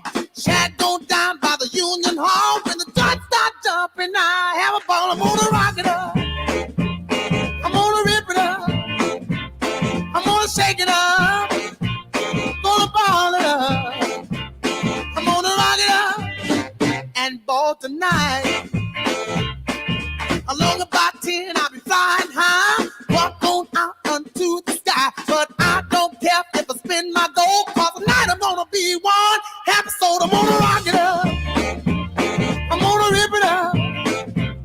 I'm gonna shake it up. Gonna ball it up. I'm gonna rock it up and ball tonight.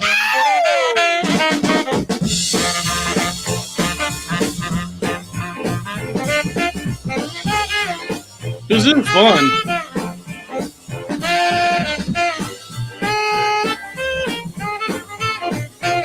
Well, it's Saturday night and I just got paid. Fool about my money, don't try to save. My heart say go, go. Have a time cause it's Saturday night. Now I'm feeling fine. I'm gonna rock it up. I'm gonna rip it up. I'm gonna shake it up. Gonna ball it up. I'm gonna rock it up and ball tonight. Along about 10, I'll be flying high. Walk on out unto the sky. But I don't care if I spin my goal. Cause tonight I'm gonna be one happy soul. I'm gonna rock it up. I'm gonna rip it up. I'm gonna shake it up. Gonna ball it up. I'm gonna rock it up and ball tonight. Wow. What a song. Let's check back in on the election, the MLC election show. Fucking smash that helicopter into the fucking hills of LA because he's like, give me one Hell son. yeah. Who was the other guy who had 5 kids? The guy who made a movie about him? The Rams quarterback from St. Louis? I just said Matthew Stafford. No, not Matthew Stafford. The other one, old school. He played in St. Louis. Quarterback, he had 5 kids. He was like in the Arena League. Oh, no, he didn't have 5. He didn't have 5 daughters. Yeah, he did. Well, he had Kurt Warner. He didn't have 5 daughters. Well, he had 5 kids. Riveting. Yeah, you can have 5 kids. Don't have 5 fucking daughters if you're an NFL quarterback. Give him 1 quarterback, you dumb cunts. God damn it. What has to happen? I got Do I have to be a gynecologist too, you dumb cunts? Chad, they're all pedos or bi. We've seen it. Where's Chad? Chad went to go check on the election results. Trump, if you're watching, I'm not paying taxes. I know you don't pay taxes. Show me the 1099s. Presidency. I'm not going to pay taxes. Bye. Come and get me, IRS. I can't wait. It's going to be fucking glorious. It's going to be glorious. You're going to be like, are you going to pay? I'm like, I ain't going to pay. Come and get it. Show Come me and the get it. 1099s. Can't garnish my wages. I get money through super chats, and these are logically or logistically tips.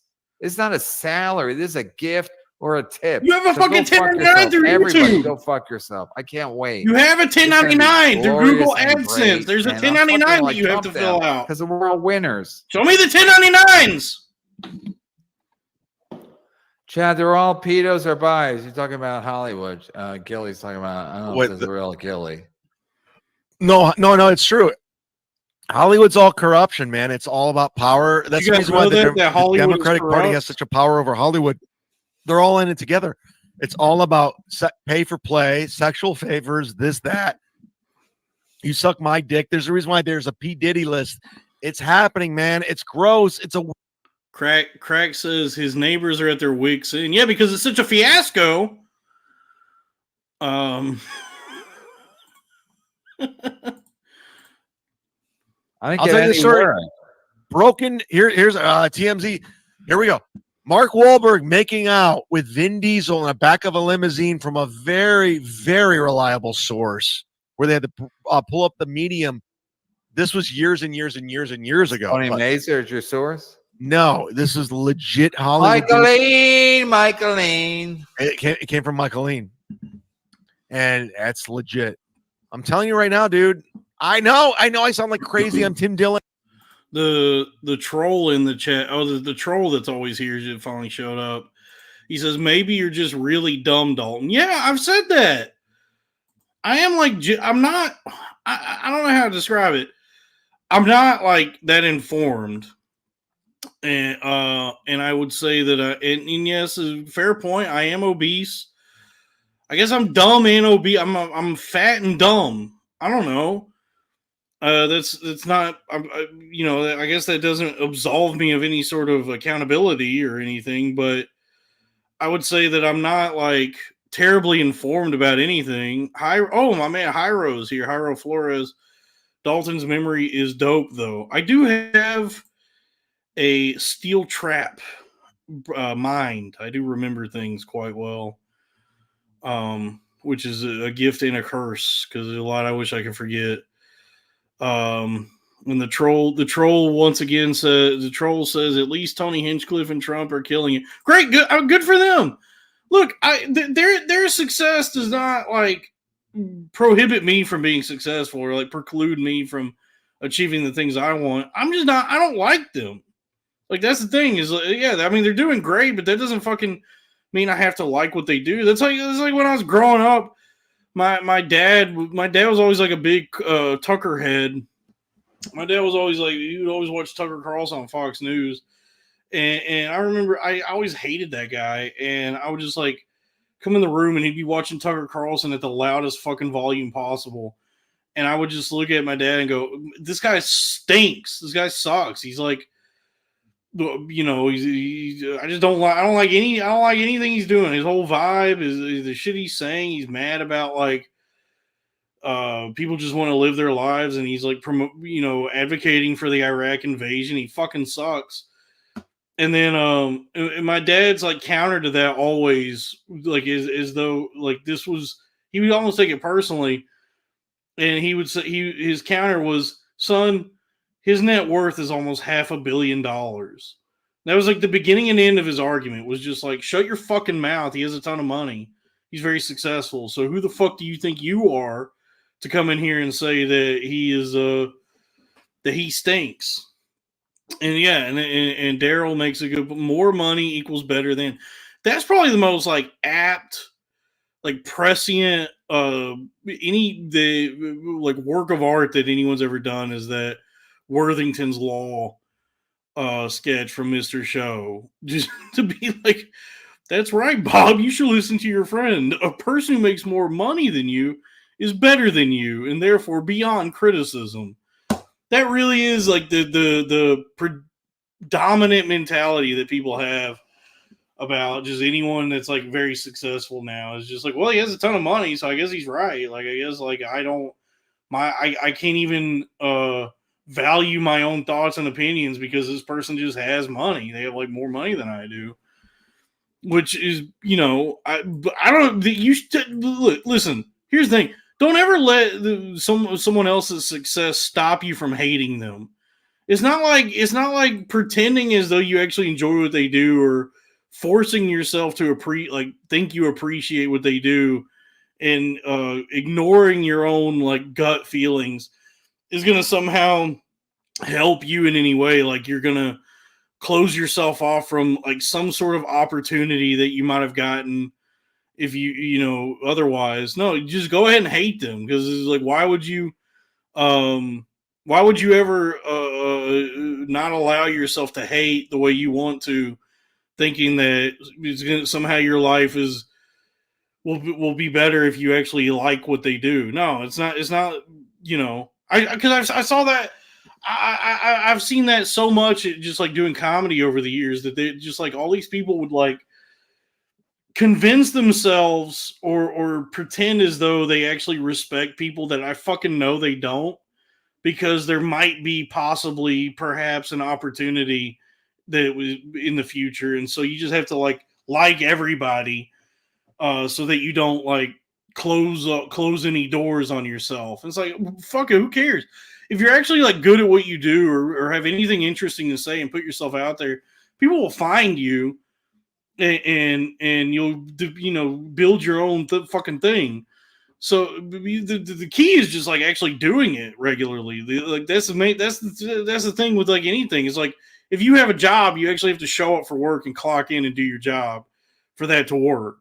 And it's the same with any of this horse shit. It's not like there's anybody necessarily like gifted or talented or better than any. I mean, there are people like that, but I'm saying like to like open the doors for yourself, it really is just a matter of like showing up and putting in the time and putting yourself out there and experimenting with it. Because I've seen tons of people over the years who think they're doing that, but they're just doing the same thing every night. They're just like night after night, week after week, bombing and not like moving forward at all. They're not getting any traction or gaining any ground. And I think they just think like, well, if I just keep showing up and doing this dog shit that I've been doing, that somehow that's going to work out. Like if I can really hone in this shit that no one likes anyway, that'll work out. And it just never does. And it's like, well, you have to like, you do, people like if it, it's like, it's supposed to be entertainment, right? It's supposed to be fun. Have some fucking fun with it and have a little confidence in yourself. Be bold and have fun. And people will like be drawn to that. But I would just see people go up at these like open mics constantly who'd been doing it for like a decade or more and just do the same fucking 5 minutes week after week. And they would bomb their dicks off and they'd be like, hey, I'm just paying my dues. And I'm like, you've paid them. You keep paying them. You're not getting any fucking better at this. No one knows who you are. And you're making no money. You're getting nowhere with this. You have to actually like, I don't know what you have to do. You just have to play around, experiment, and play around. There's so many fucking things you can do now that can become successful. These fucking 3 dumbass guineas are out there eating cookies at Costco, and they're more successful than anybody who's been trying to do something for fucking decades at this point. So it's like, well, whatever. And folks, it's anybody's game. Ooh-ah. I don't know why somebody said to do an Al Pacino scream. Wait, dude, I got a super chat earlier. Drew Huntley, $9.99. No more I Love Yous by Annie Lennox. Okay, I like Annie Lennox. Folks, we're going back into Corn-Fed Radio, 148.8 Corn-Fed Radio. No More I Love Yous by Annie Lennox. And here we go. For the Galaxy S24 Ultra, I would never buy an Android product. I don't even want to get a fucking new cell phone. Like, I'm fine with the phone I have. It's just the battery only lasts like 40 minutes now because it's like an older model iPhone. Anyway. I saw something here earlier that caught my eye as well. What was this? Um. Oh, the crack makes a good point. Dads used to think video games were the biggest waste of time. Now that they heard you can make millions from playing them, they don't know what to think. Yeah, the old world is dead. Like the fucking world my dad lived in and had to endure, where he just like got a job as a prison guard and tortured himself every day going to do this like horrible, miserable job just to like move up the ranks and make like eventually, if he worked 80 hours a week, he would make six figures that year. That's done. That you know that's not even necessary anymore to like work your ass off to make any kind of money. It's like now you could just be like a subliterate fucking idiot who's not even good at not even good at video games. Like these streamers, like these video game streamers, they're bad at the games they're playing, but because they sit there and hoot and holler and react to the chat and all that, they make fucking more money than God being bad at Call of Duty.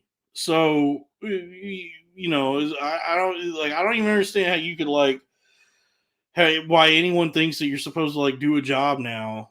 You know, most of us just like do jobs. Like we go and get jobs like having no direction. It's like, well, I just need a job, you know, and we're all like disaffected and lost and lonely and have no like purpose. And so it's like, well, I just will do a job, and then your job takes the place of any like purpose you could have created for yourself. And that was like what most people did forever. But now, like, no, there's no the jobs are going away, or they don't value you as much, and so now it's like, well, your option now is just like do streaming or something. You'll make more money than you would have at a job otherwise. There's like very few people who actually like are meant to do like actual work. You know what I mean? Like there's guys out there who are so like beyond gifted and intelligent and are capable of things that they should be doing jobs. They should be like drawing fucking schematics and building something. You know, they should be doing. But most of us, like what's available to us as far as like actual work goes, is just like monotonous, mundane fucking horse shit that doesn't do anything for anybody. Like it's just like a thing to clock into and say you worked, but you didn't like produce anything of value for anybody. No more so than if you just played Call of Duty on the internet in front of people. You know, like I've worked plenty of jobs like that where I'm just like going into an office and clocking in and just sitting there and wondering like, what the fuck? What the fuck am I even doing? Like, I guess this counts as work because I had to fill out a W-2, and every January they send me or every tax season whenever they send me a W-4, and so like I guess there's like a piece of paper that says I'm like working or doing something, but at the end of the day I'm not like there's no value or meaning to any of this. We're you know, and it's like this is just as fucking pointless and not important and lacking in value. But at least with this, I make money doing something I want to do, and more than at least more in an hour than I do at a fucking dumbass job. What is this? Hyro says, yeah, but then they think Bill Gates is gay. Well, yeah, that's everybody picks a team. So people love like success and money, but then if the person that's rich like says some shit they don't like, they think it's gay. So I don't know, you know, nobody has any real convictions or consistency with anything they believe, myself included. I'm always like you know, I'm like very nebulous because I don't know what to believe.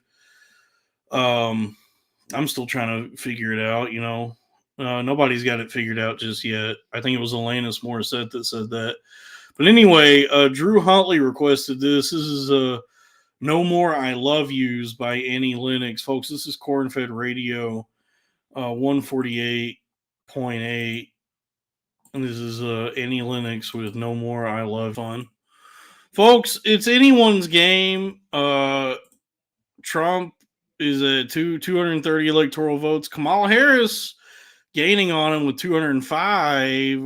We still have these critical key races in play. Wisconsin, 70% reporting Donald Trump is leading at 51% with 1,214,835 votes.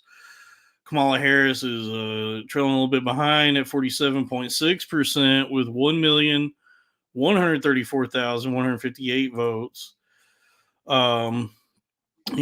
That's they still haven't called it yet. Michigan is still hasn't reported their final count. They've only reported 40%. Trump is leading Michigan. Pennsylvania, Trump is leading Pennsylvania with 81% reporting. Georgia, 91% reporting. Trump is in the lead there. These are key states. Arizona, a key race. Ooh, it's neck and neck in Arizona, folks.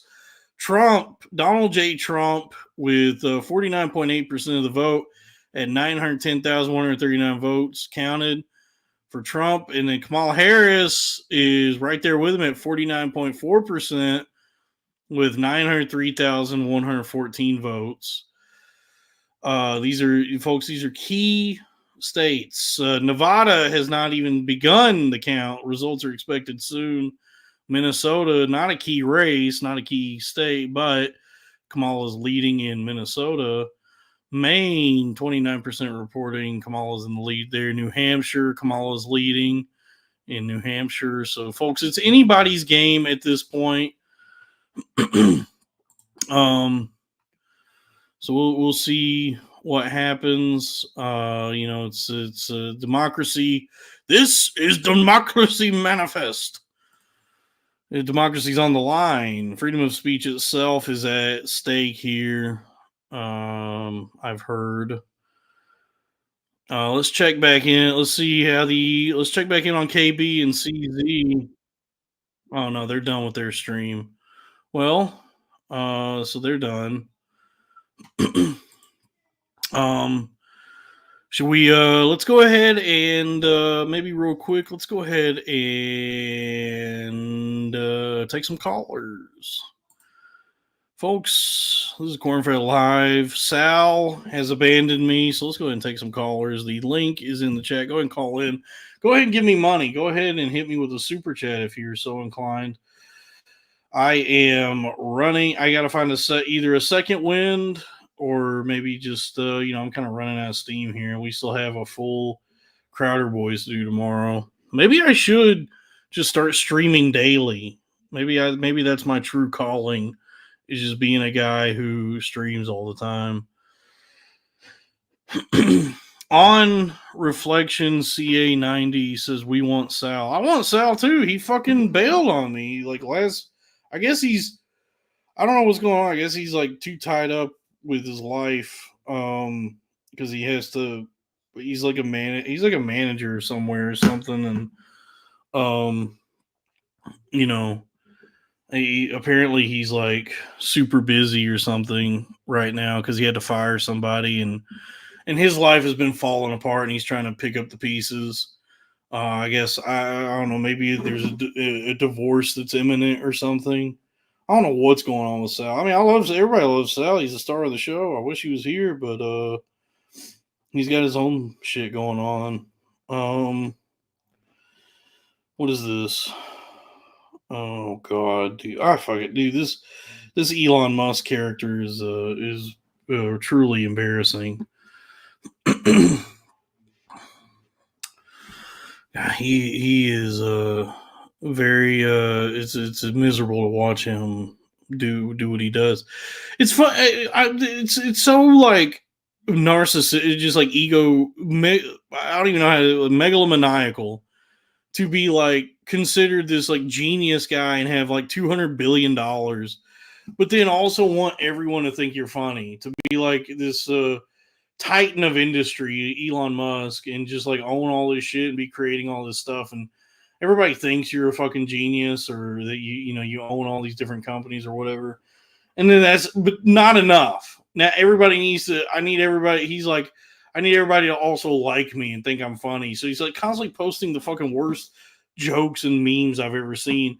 And then he goes on that goddamn Joe Rogan show, and then Rogan, who has the like comedy palette of someone with a head injury, which I'm sure he does, it's like, man, I love Elon Musk. I respect him so much. His memes are funny. It's like everything. If this guy who is the tastemaker in comedy, who's been able to knight all these different comics over the years and allow them to have careers and gain like fame and fortune and success, if he is going to be the guy that's like, creates the culture and whatever he does, if he's then going to say that that he thinks Elon Musk is funny, everything he's ever said about any comedian at that point is forfeit. It's all nullified at that point, because that's one of the craziest fucking statements he's ever made, that he thinks that guy is like that makes it that anything that guy does has made him laugh. It just right there completely diminishes, nullifies, invalidates everything that he's ever had to say about comedy, which I already felt like he was not too insightful about comedy anyway. He has like Facebook boomer uncle taste and everything, but that solidified it for me. That's like, oh, this guy has like no discernment that I would respect when it comes to just his taste and his opinions. And this is a good point from Crack. Rogan will never admit his obsession with being important and aligning with important people. Yeah, that's the other thing that's frustrating. Is he's like he wants to have it both ways. He wants to get, he's always saying that he's like, I'm a moron, I'm a dumb, just a big dumb comedian. Well, not now. I don't understand how you can make that argument now. I mean, for a long time, people were able to buy into that, I suppose. But it's like at this point, you've had like all the key players in this election season on your show and officially endorsed Donald J. Trump, which he has the biggest platform in the country right now.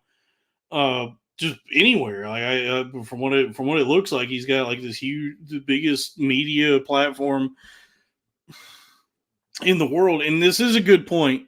He is worth over $250 million. So who am I? He has a lot of money. So I probably should shut my fucking mouth.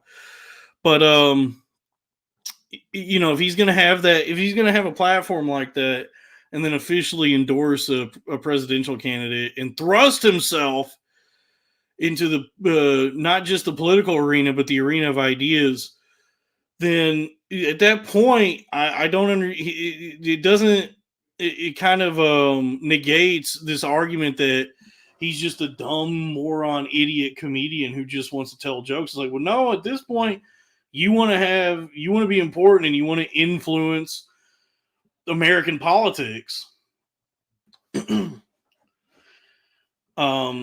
And the troll in the chat is going off on me. I don't respect anything you have to say. I don't like you. I don't respect you. I don't acknowledge anything that you say to me. You're very rude. You're very mean.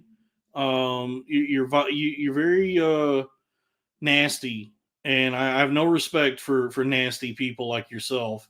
So go ahead and keep casting your quips and japes and jabs at me. Your comments mean nothing to me. I don't care what you have to say. Your name this guy's name doesn't even have any vowels in it. It's just in it, whatever his name is here. You know what? He is banned. I'm putting him in a timeout. I don't know if I want to ban him completely yet, but he's in a timeout. I'll tell you that much. And he's saying that I need to address I don't have to do a goddamn fucking thing for you.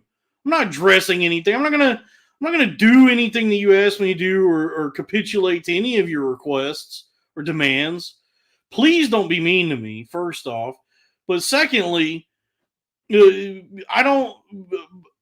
But here's the thing. Right away, I can tell that I don't respect someone when they say things like low IQ or even invoke IQ at all. Most people have never taken an IQ test. If you think you've taken an IQ test, you probably haven't. If you just like took a test online and think they determined your IQ, that doesn't count, because an actual IQ test is like a whole rigmarole. It's like a whole official thing you have to do. Most people have never done it, and I don't think IQ is an adequate measure like an adequate metric for anyone's intelligence. You can't quantify intelligence in that way. Well, you just had somebody fucking solve some puzzles or whatever's on it. I've never taken one. I'll never fucking take one of those tests. My intelligence is expansive and broad and mysterious, and I would never allow anyone to even begin to measure it. But also, I've seen that like I've seen that more and more become part of people's vernacular, like the things they say online. They'll say like low IQ and high IQ, and there's this obsession with IQ now. And to me, as soon as somebody says some shit like that to me, low IQ, or even talks about IQ, I can already tell I'm talking to one of the dumbest motherfuckers of all time. One just who's deserving of zero respect from me, that they would even try to bring IQ into the conversation. It doesn't, for the most part, doesn't fucking mean anything, because most people have never actually taken a real IQ test. But for me, especially, thank you. C Dumps makes a good point. There is no test that can measure my intelligence. So I don't abide by the intelligence quotient, which I wonder how many people even know that that's what IQ stands for. I wonder if people just think that IQ is just like letters, or if they even know like what the letters themselves, what what they mean, the acronym IQ. So don't come at me talking about fucking low IQ, because I don't even acknowledge it.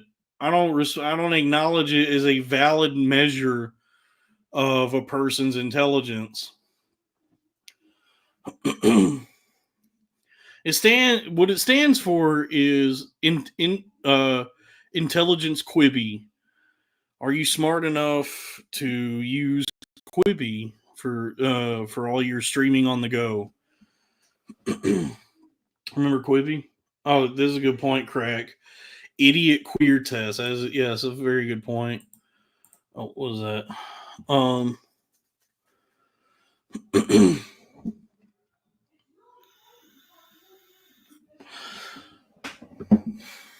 And yeah, I mean, I'm willing to admit, I don't want to like degrade myself or not, or be mean to myself. I don't know if I would say that I'm stupid. I'm certainly not as knowledgeable or as informed as I'd like to be. And I struggle to push myself to become that. I spend a lot of time just like mindlessly scrolling on my phone or consuming like actual junk food, and just junk food entertainment. Like I've just been watching, like I've been binging a TV show on MGM Plus lately.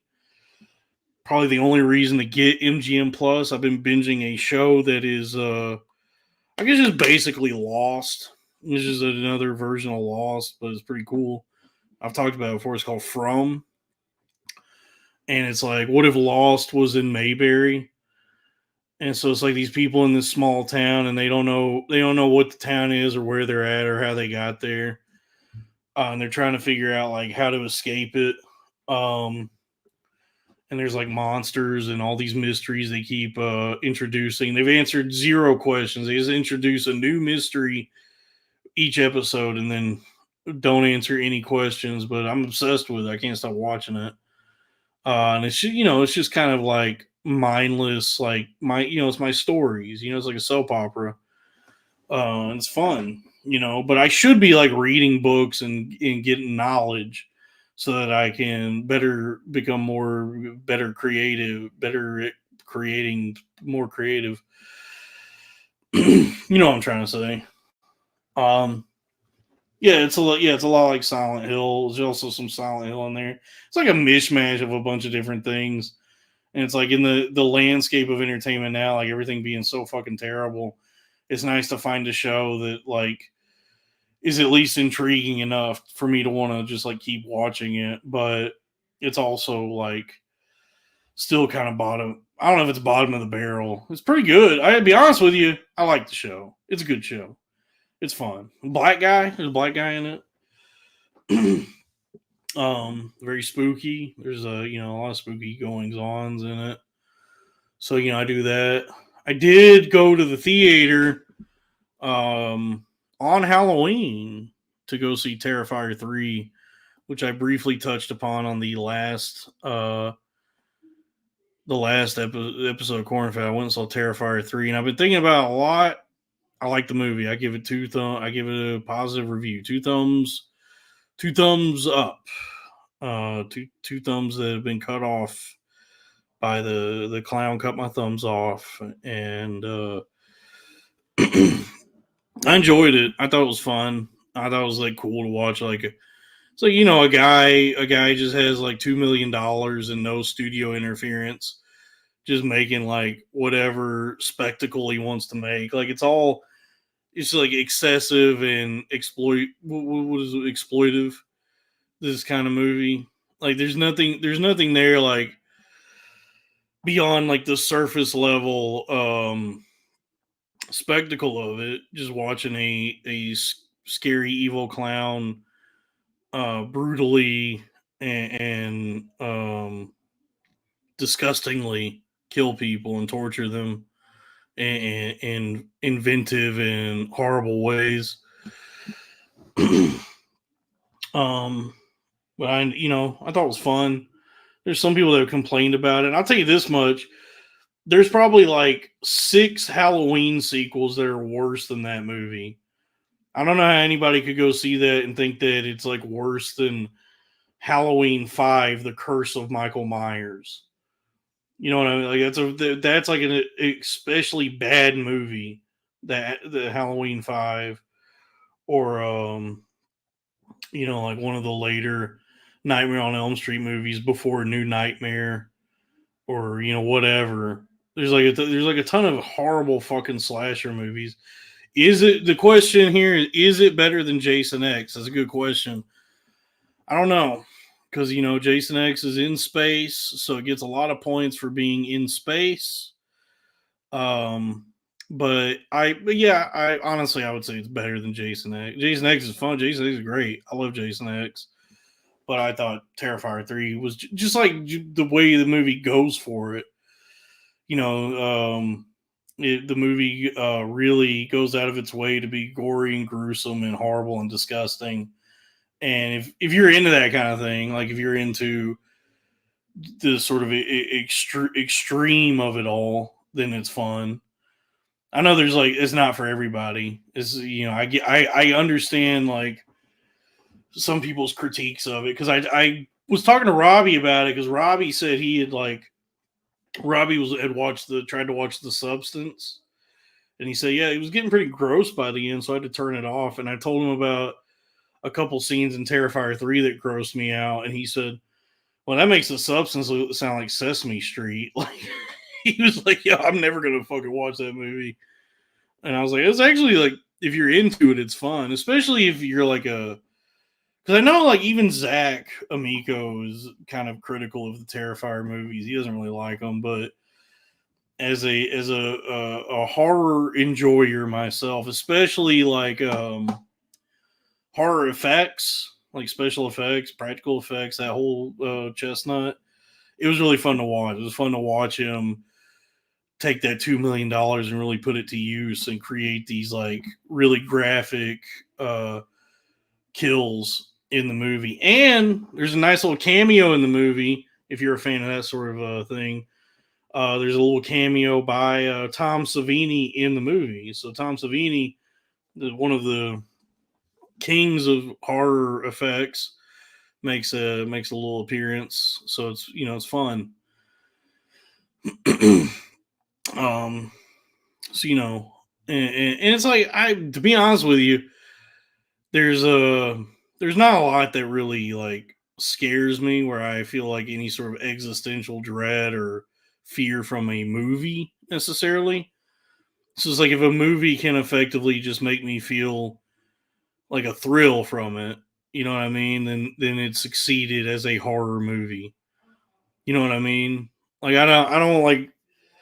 There's not a, there's no movie as scary as the evil that exists in the heart of man. You know, you know what I mean. So like if I watch a horror movie, for me it's like a roller coaster ride. It's just fun. I will say there's some out there that genuinely just made me feel so bad that I was like, well, I'll never. It's like technically this is a good movie. I'm never gonna fucking watch this again. Like that French movie Martyrs. I watched it one time and I said, well, by every metric, this was like a well constructed movie. I'll never watch it again, nor would I ever recommend it to anybody. I walked away from that movie feeling like dog shit. I was like, yeah, that movie just made me feel bad. But Terrifier, I just thought was like fun and playful. As like disgusting and gory and evil as it is, I thought it was like fun and playful more than anything. Like it's like what you're metatextually what you're watching is just like a bunch of people having fun making a movie, which I enjoyed. Brand Mule says Martyrs is wonderful. No, it fucking blows, dude. That movie is just made me feel sick. The movie, I walked away from Martyrs feeling just like really bad. Like it just made me feel bad. In a way that like movies usually don't. Where I was like, well, I guess I could say that I got something out of it. I don't know what, but more than anything, I just feel really bad right now. This is a good point from Heihachi Mishima. Terrifier, you talking about my mother-in-law? Yes. Brand Mule says Terrifier 2 and 3 are Spirit Halloween licensing deal. I don't think so. I think that guy, Damien Leone, had been tooling around with that character since like 2008. He'd been doing it for a while. I think Terrifier 2 does have like a subtle maybe not so subtle, but maybe an advertisement for Spirit Halloween in it when he goes to that costume store and kills that black guy. But the scariest evil clown of all is Donald J. Trump. And folks, it's the election night spooktacular. Let's check the what's happening with the election. It's getting close, folks. It's getting close. Let's take a look at the map here. And please feel free to go ahead and give a super chat. Please give me money. Let's take a look at the map. By the way, I just got a text from Sal. Sal says, please don't fire me. I'm also late to my job. I'm just going to tell you, you're good, man. All right. He bailed on this so he could go to work, and he was still late for work. Man, we gotta figure out how to make Sal money. Please be sure to subscribe to the Patreon. Patreon.com/cornfed with Dalton Pruitt. I'm making sure that stays up to date weekly now. Even if I have to like record a solo extravaganza, which I did recently. Which is the new episode up there. The Patreon is where we really cut loose, folks. So please subscribe to the Patreon for this channel so Sal can feed his children. That's patreon.com/cornfed with Dalton Pruitt. Now let's take a look at the election. It's the election night spooktacular, folks. It's anybody's game. Democracy is on the line. Free speech itself is at stake here. So if we look here, Kamala, let's refresh this, see if this is up to date. So if we take a look here, Trump is in the lead with 230 electoral votes, but Kamala is gaining ground on him with 210 electoral votes. Now, right now, the popular vote, it looks like is going to Trump. But hey, we all know what actually matters, and that's the electoral votes. So it looks like, let's see, Wisconsin, key state, a battleground state. Trump is leading at 51.2%. Kamala's at 47.3%. Michigan, Trump is leading in Michigan. Trump is leading in Pennsylvania. Trump is definitely leading in Georgia. Hawaii just called theirs Kamala, or I guess that's to be assumed. I don't know. It says 0% reporting. Nevada still hasn't. Arizona still neck and neck. Folks, it's anyone's game. It's the most important election of our lifetimes. Democracy is on the line. It's too late to vote. I gotta be honest with you. I did not vote, so who am I to talk about anything? I guess I just can't really complain. I'm not allowed to complain because I did not cast my vote, but there's a good reason for that. I didn't want to. So there you go. That's democracy. The democracy manifest. You know. Well, there you go. George Carlin said you get to complain. So I guess I do get to complain because I live here. But yeah, I did not. I was not. I just wasn't enthusiastic about any of it. I don't like either one of them. And I don't like this like elitist mentality. That like you all of a sudden you aren't allowed to have any thoughts or opinions or feelings about it if you don't vote. It's like, well, you're fucking strong arming me. You're telling me that my only options are these two clowns. You know, that I don't really care. I don't like either one of them. I'm not terribly. I don't feel any sort of enthusiasm for it or desire or like drive to want to do it, to like engage with it. Like let the chips fall where they may, and I'll fucking complain no matter what, because I don't think like either one of these people are gonna do anything to make my life any better anyway. And by the way, that's the thing that gets me is like it's like, do you want life to be bad this way or be bad this way? You know what I mean? Like that's it seems like those are the options. It's just like how do you think it's gonna suck? It's just how do you want it to suck? Are the options, and so it's like I really don't want to. I don't feel any. Yeah, I don't feel like I want to participate in that, and and I understand that not voting is in itself a vote. Now I'm told that by the libs that not voting is a vote for Trump. So I guess effectively I did cast my vote for Donald J. Trump. But I don't know if I buy whatever. Everybody gets so incensed about politics and nobody fucking knows what they're talking about anyway. It's all emotions and optics.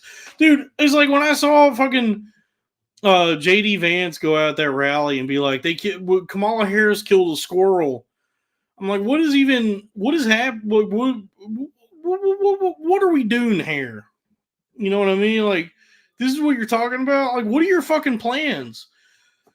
And I made that point online. I was like, okay, enough with the squirrel. Like, what are these guys' plans for the country? And somebody like sent me somebody was like, well, they've outlined it online. Here's the link to their policies. And I go, great. It's great that there's supplemental materials I should study. Shouldn't they be talking about this at these fucking events, like these like big publicized broadcasted events? Why the fuck are they going on about this goddamn squirrel that nobody even actually cares about the squirrel? Would they? They're propping up the squirrel to use as like a like a rallying cry or whatever. Like they're making this squirrel like a symbol of something. But the fucking guy that owns the squirrel is like a gay porn star, which is like anathema to most of what the right, the conservative, Republican Party believes in. But even then, it's like you're telling me that you guys give this much of a fuck about a squirrel. I can see how like what they really care about is the sort of like illicit search and seizure of that home, that these people were like forced by the state under threat of incarceration to relinquish their squirrel. And it's a good point. Nobody talks about the raccoon either, which I've said before on this show that it would be cool to have a raccoon as a friend, which I did not know that somebody actually had done that. Um, this is a good point. Squirrel Mart or, uh, but yeah, they're going up at this fucking rally talking about a goddamn squirrel, and it's like, what are your plans for the country? Because I know that there's no like political bent to this squirrel at all. That was like the New York state government made that decision and did that. It has not a fucking goddamn thing to do with Kamala Harris or her campaign or any of her policies. So this like argument that you're making that somehow under Trump's America, all squirrels are safe. That doesn't make none of it makes any sense. And why is this like the focus of at the 0 hour of this election season? You're focusing on a squirrel and not like what are you going to do to like help anybody? And they're not. I don't know what they're. I don't know. Somebody sent me a link to their policies, and I'm like, great. I want to hear them talk about it. Why the fuck? Why the fuck do I got to go to a website while they're out here talking about a goddamn rodent?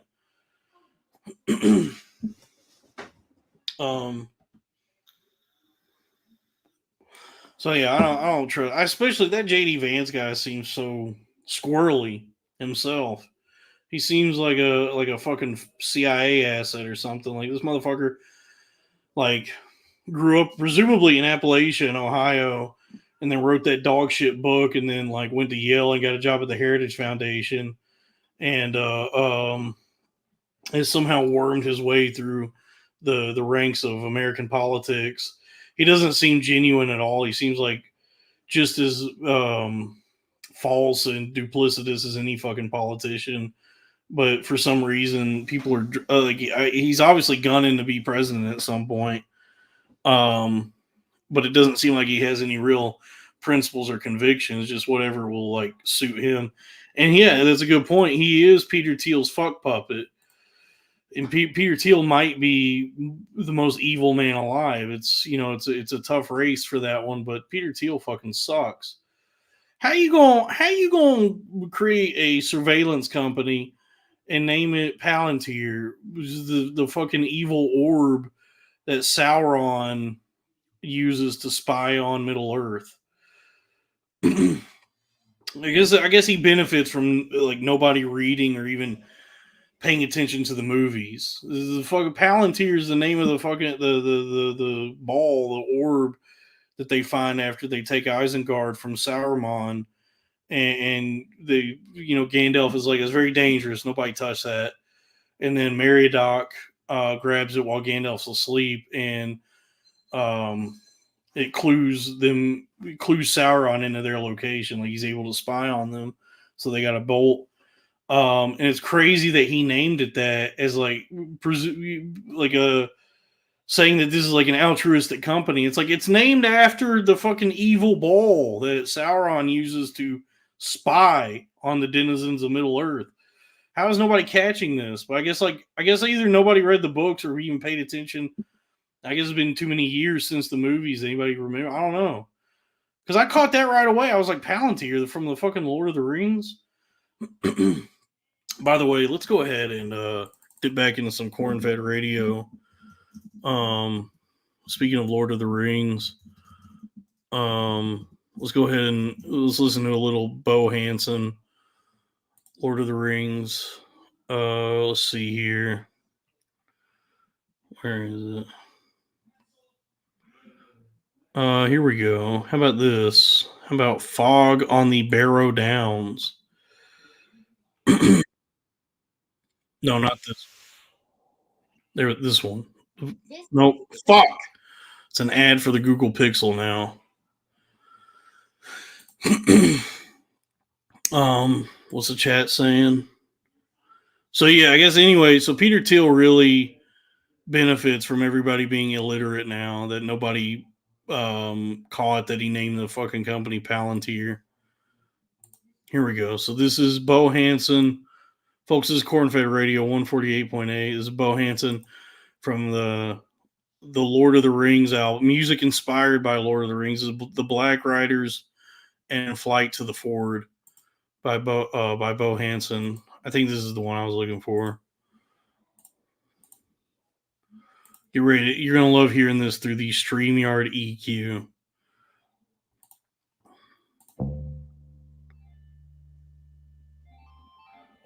Oh, hell yeah, dude.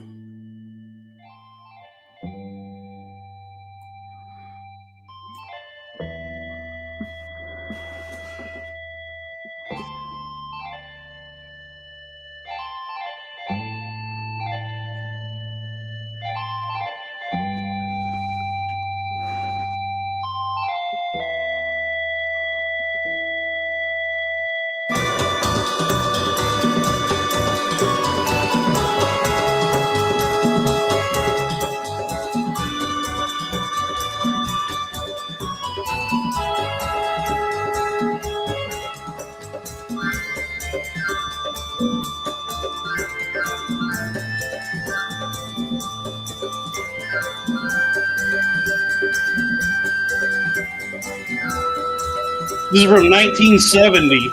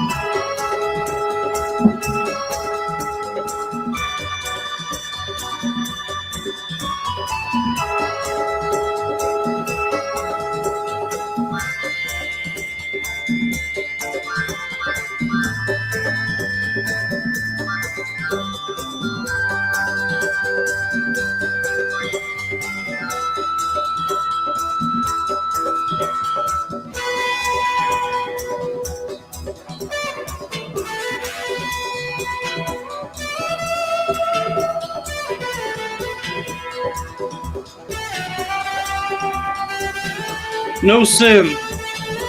This is before synths.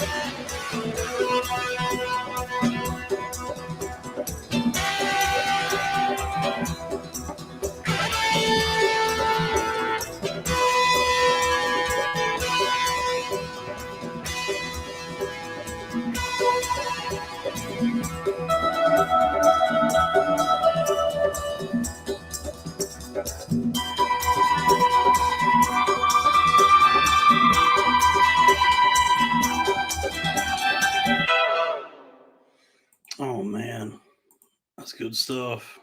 Yeah, I think that's like pre-synthesizer. I think it was before synths existed. So he was on the cutting edge there. I think he was just like experimenting with like electronic sounds or something. I don't know how he was getting those sounds because yeah, 1970 would be before synthesizers. It was like hit. Yeah, like him and Wendy Carlos and like those people who were just like creating instruments or creating like new ways to make sounds. But before there was like such a thing as a synthesizer. It's a cool album. It was just like a guy, I guess, who was getting stoned and did they have synths in the 60s? I don't know. I'm not like a music historian. I thought synths were like an 80s thing.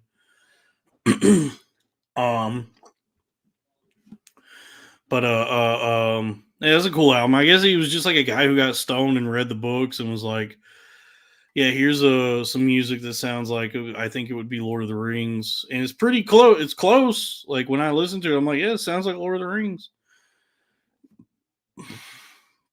So early synths were around the 60s and 70s. Okay, so yeah, I guess maybe he did have synthesizers. I don't know. Yeah. What is this? Snip Snap by Goblin. $9.99 by from Drew Huntley. Snip Snap by Goblin. It has a Mario scale I like a lot. Okay. Folks, this is Cornfed Radio 148.8. This is Snip Snap Goblin. I'm sure there's a better way for me to stream this kind of stuff than through the StreamYard EQ. I'll figure it out at some point. Let's see. Is this it? Jesus Christ. It's an ad. I gotta sit through an ad for Harbor Freight. I'm not handy. I don't know how to do nothing, so it doesn't even apply to me. I'm a man of letters. Okay. Here we go. Snip Snap by Goblin. Goblin's tight.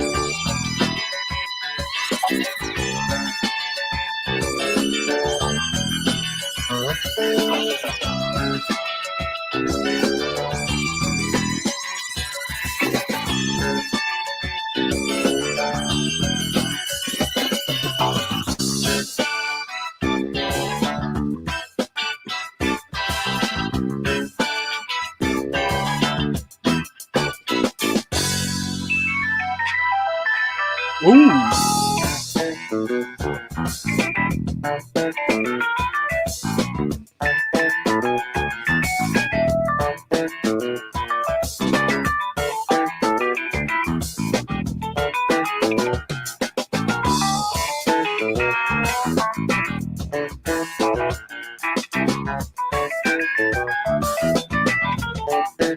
Yeah, this is making me want to smoke a doob.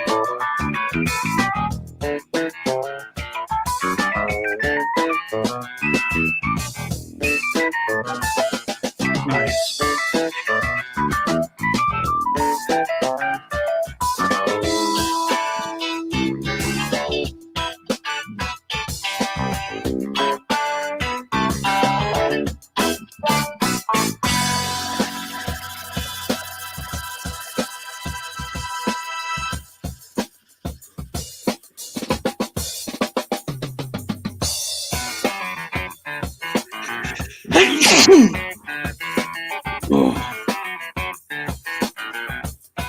Nice.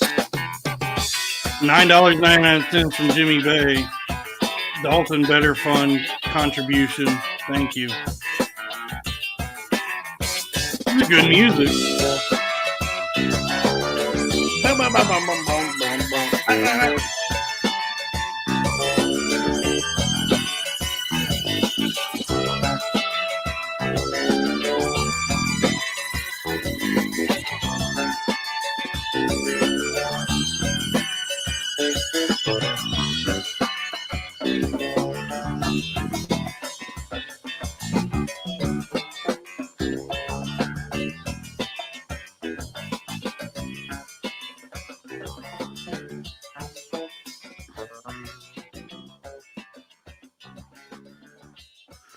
Damn.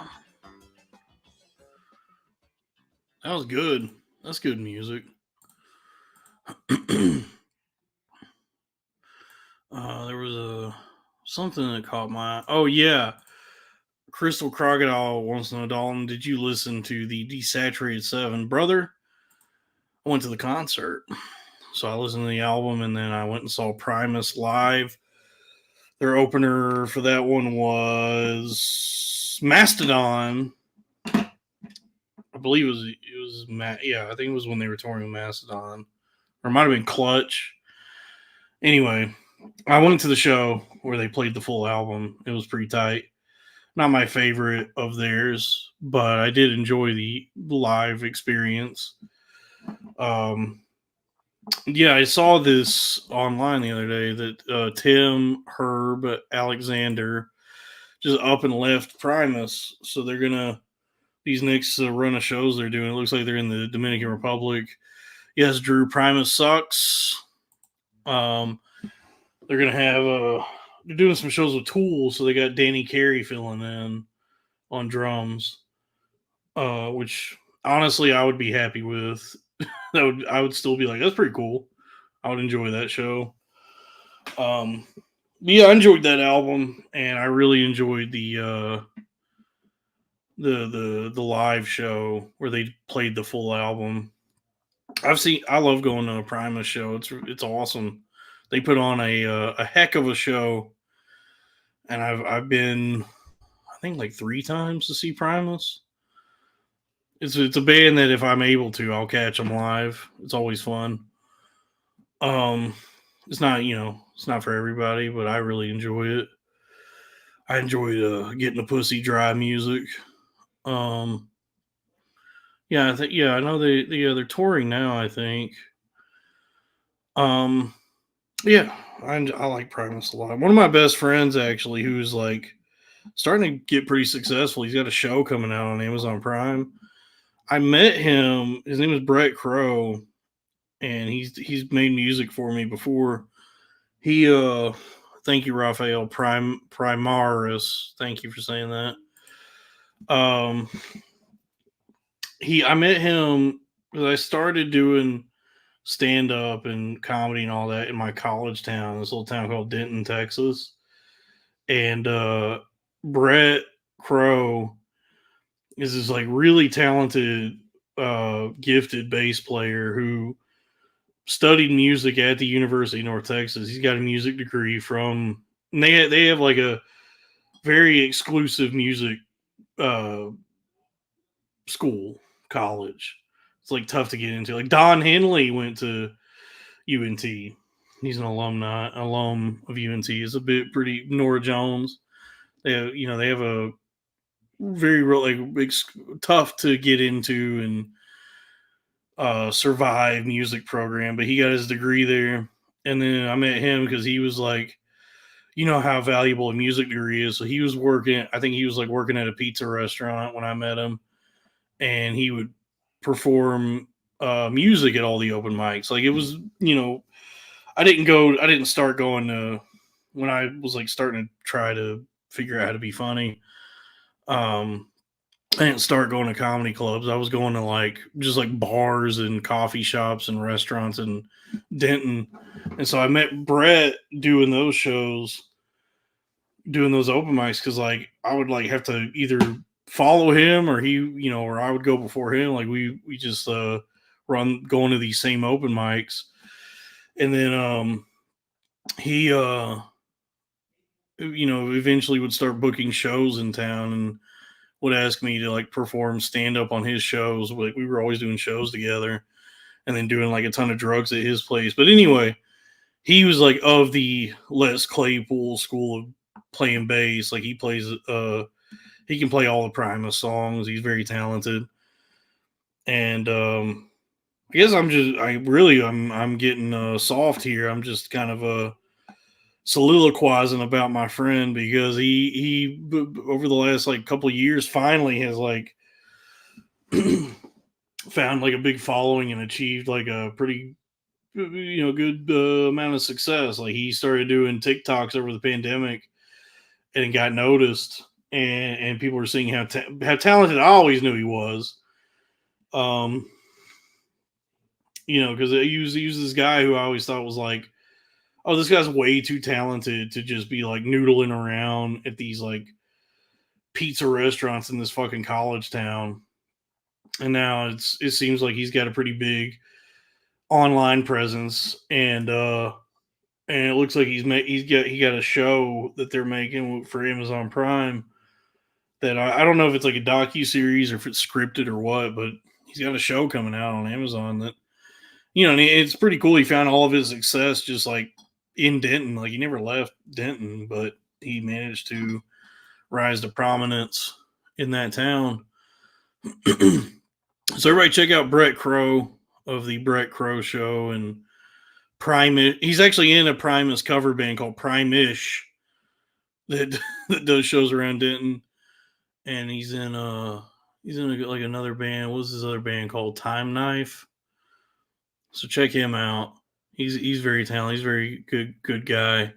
We had a lot of nights together doing drugs at his place. We're both like sober now. Both of us had to, I think, just life demanded that we be sober now.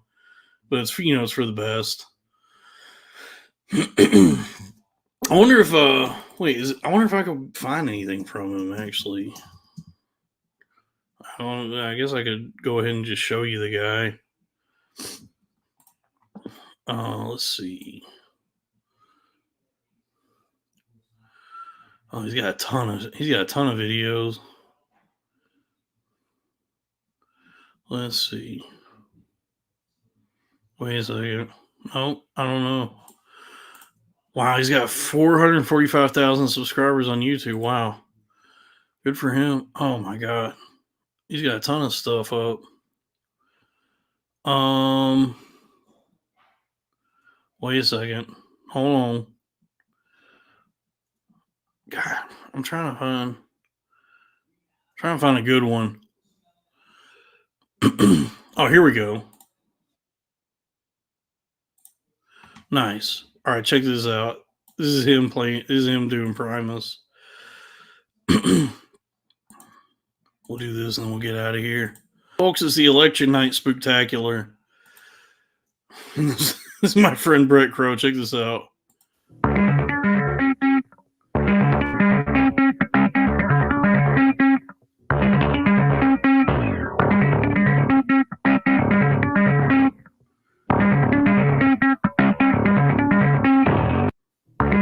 Anyway, so that's him.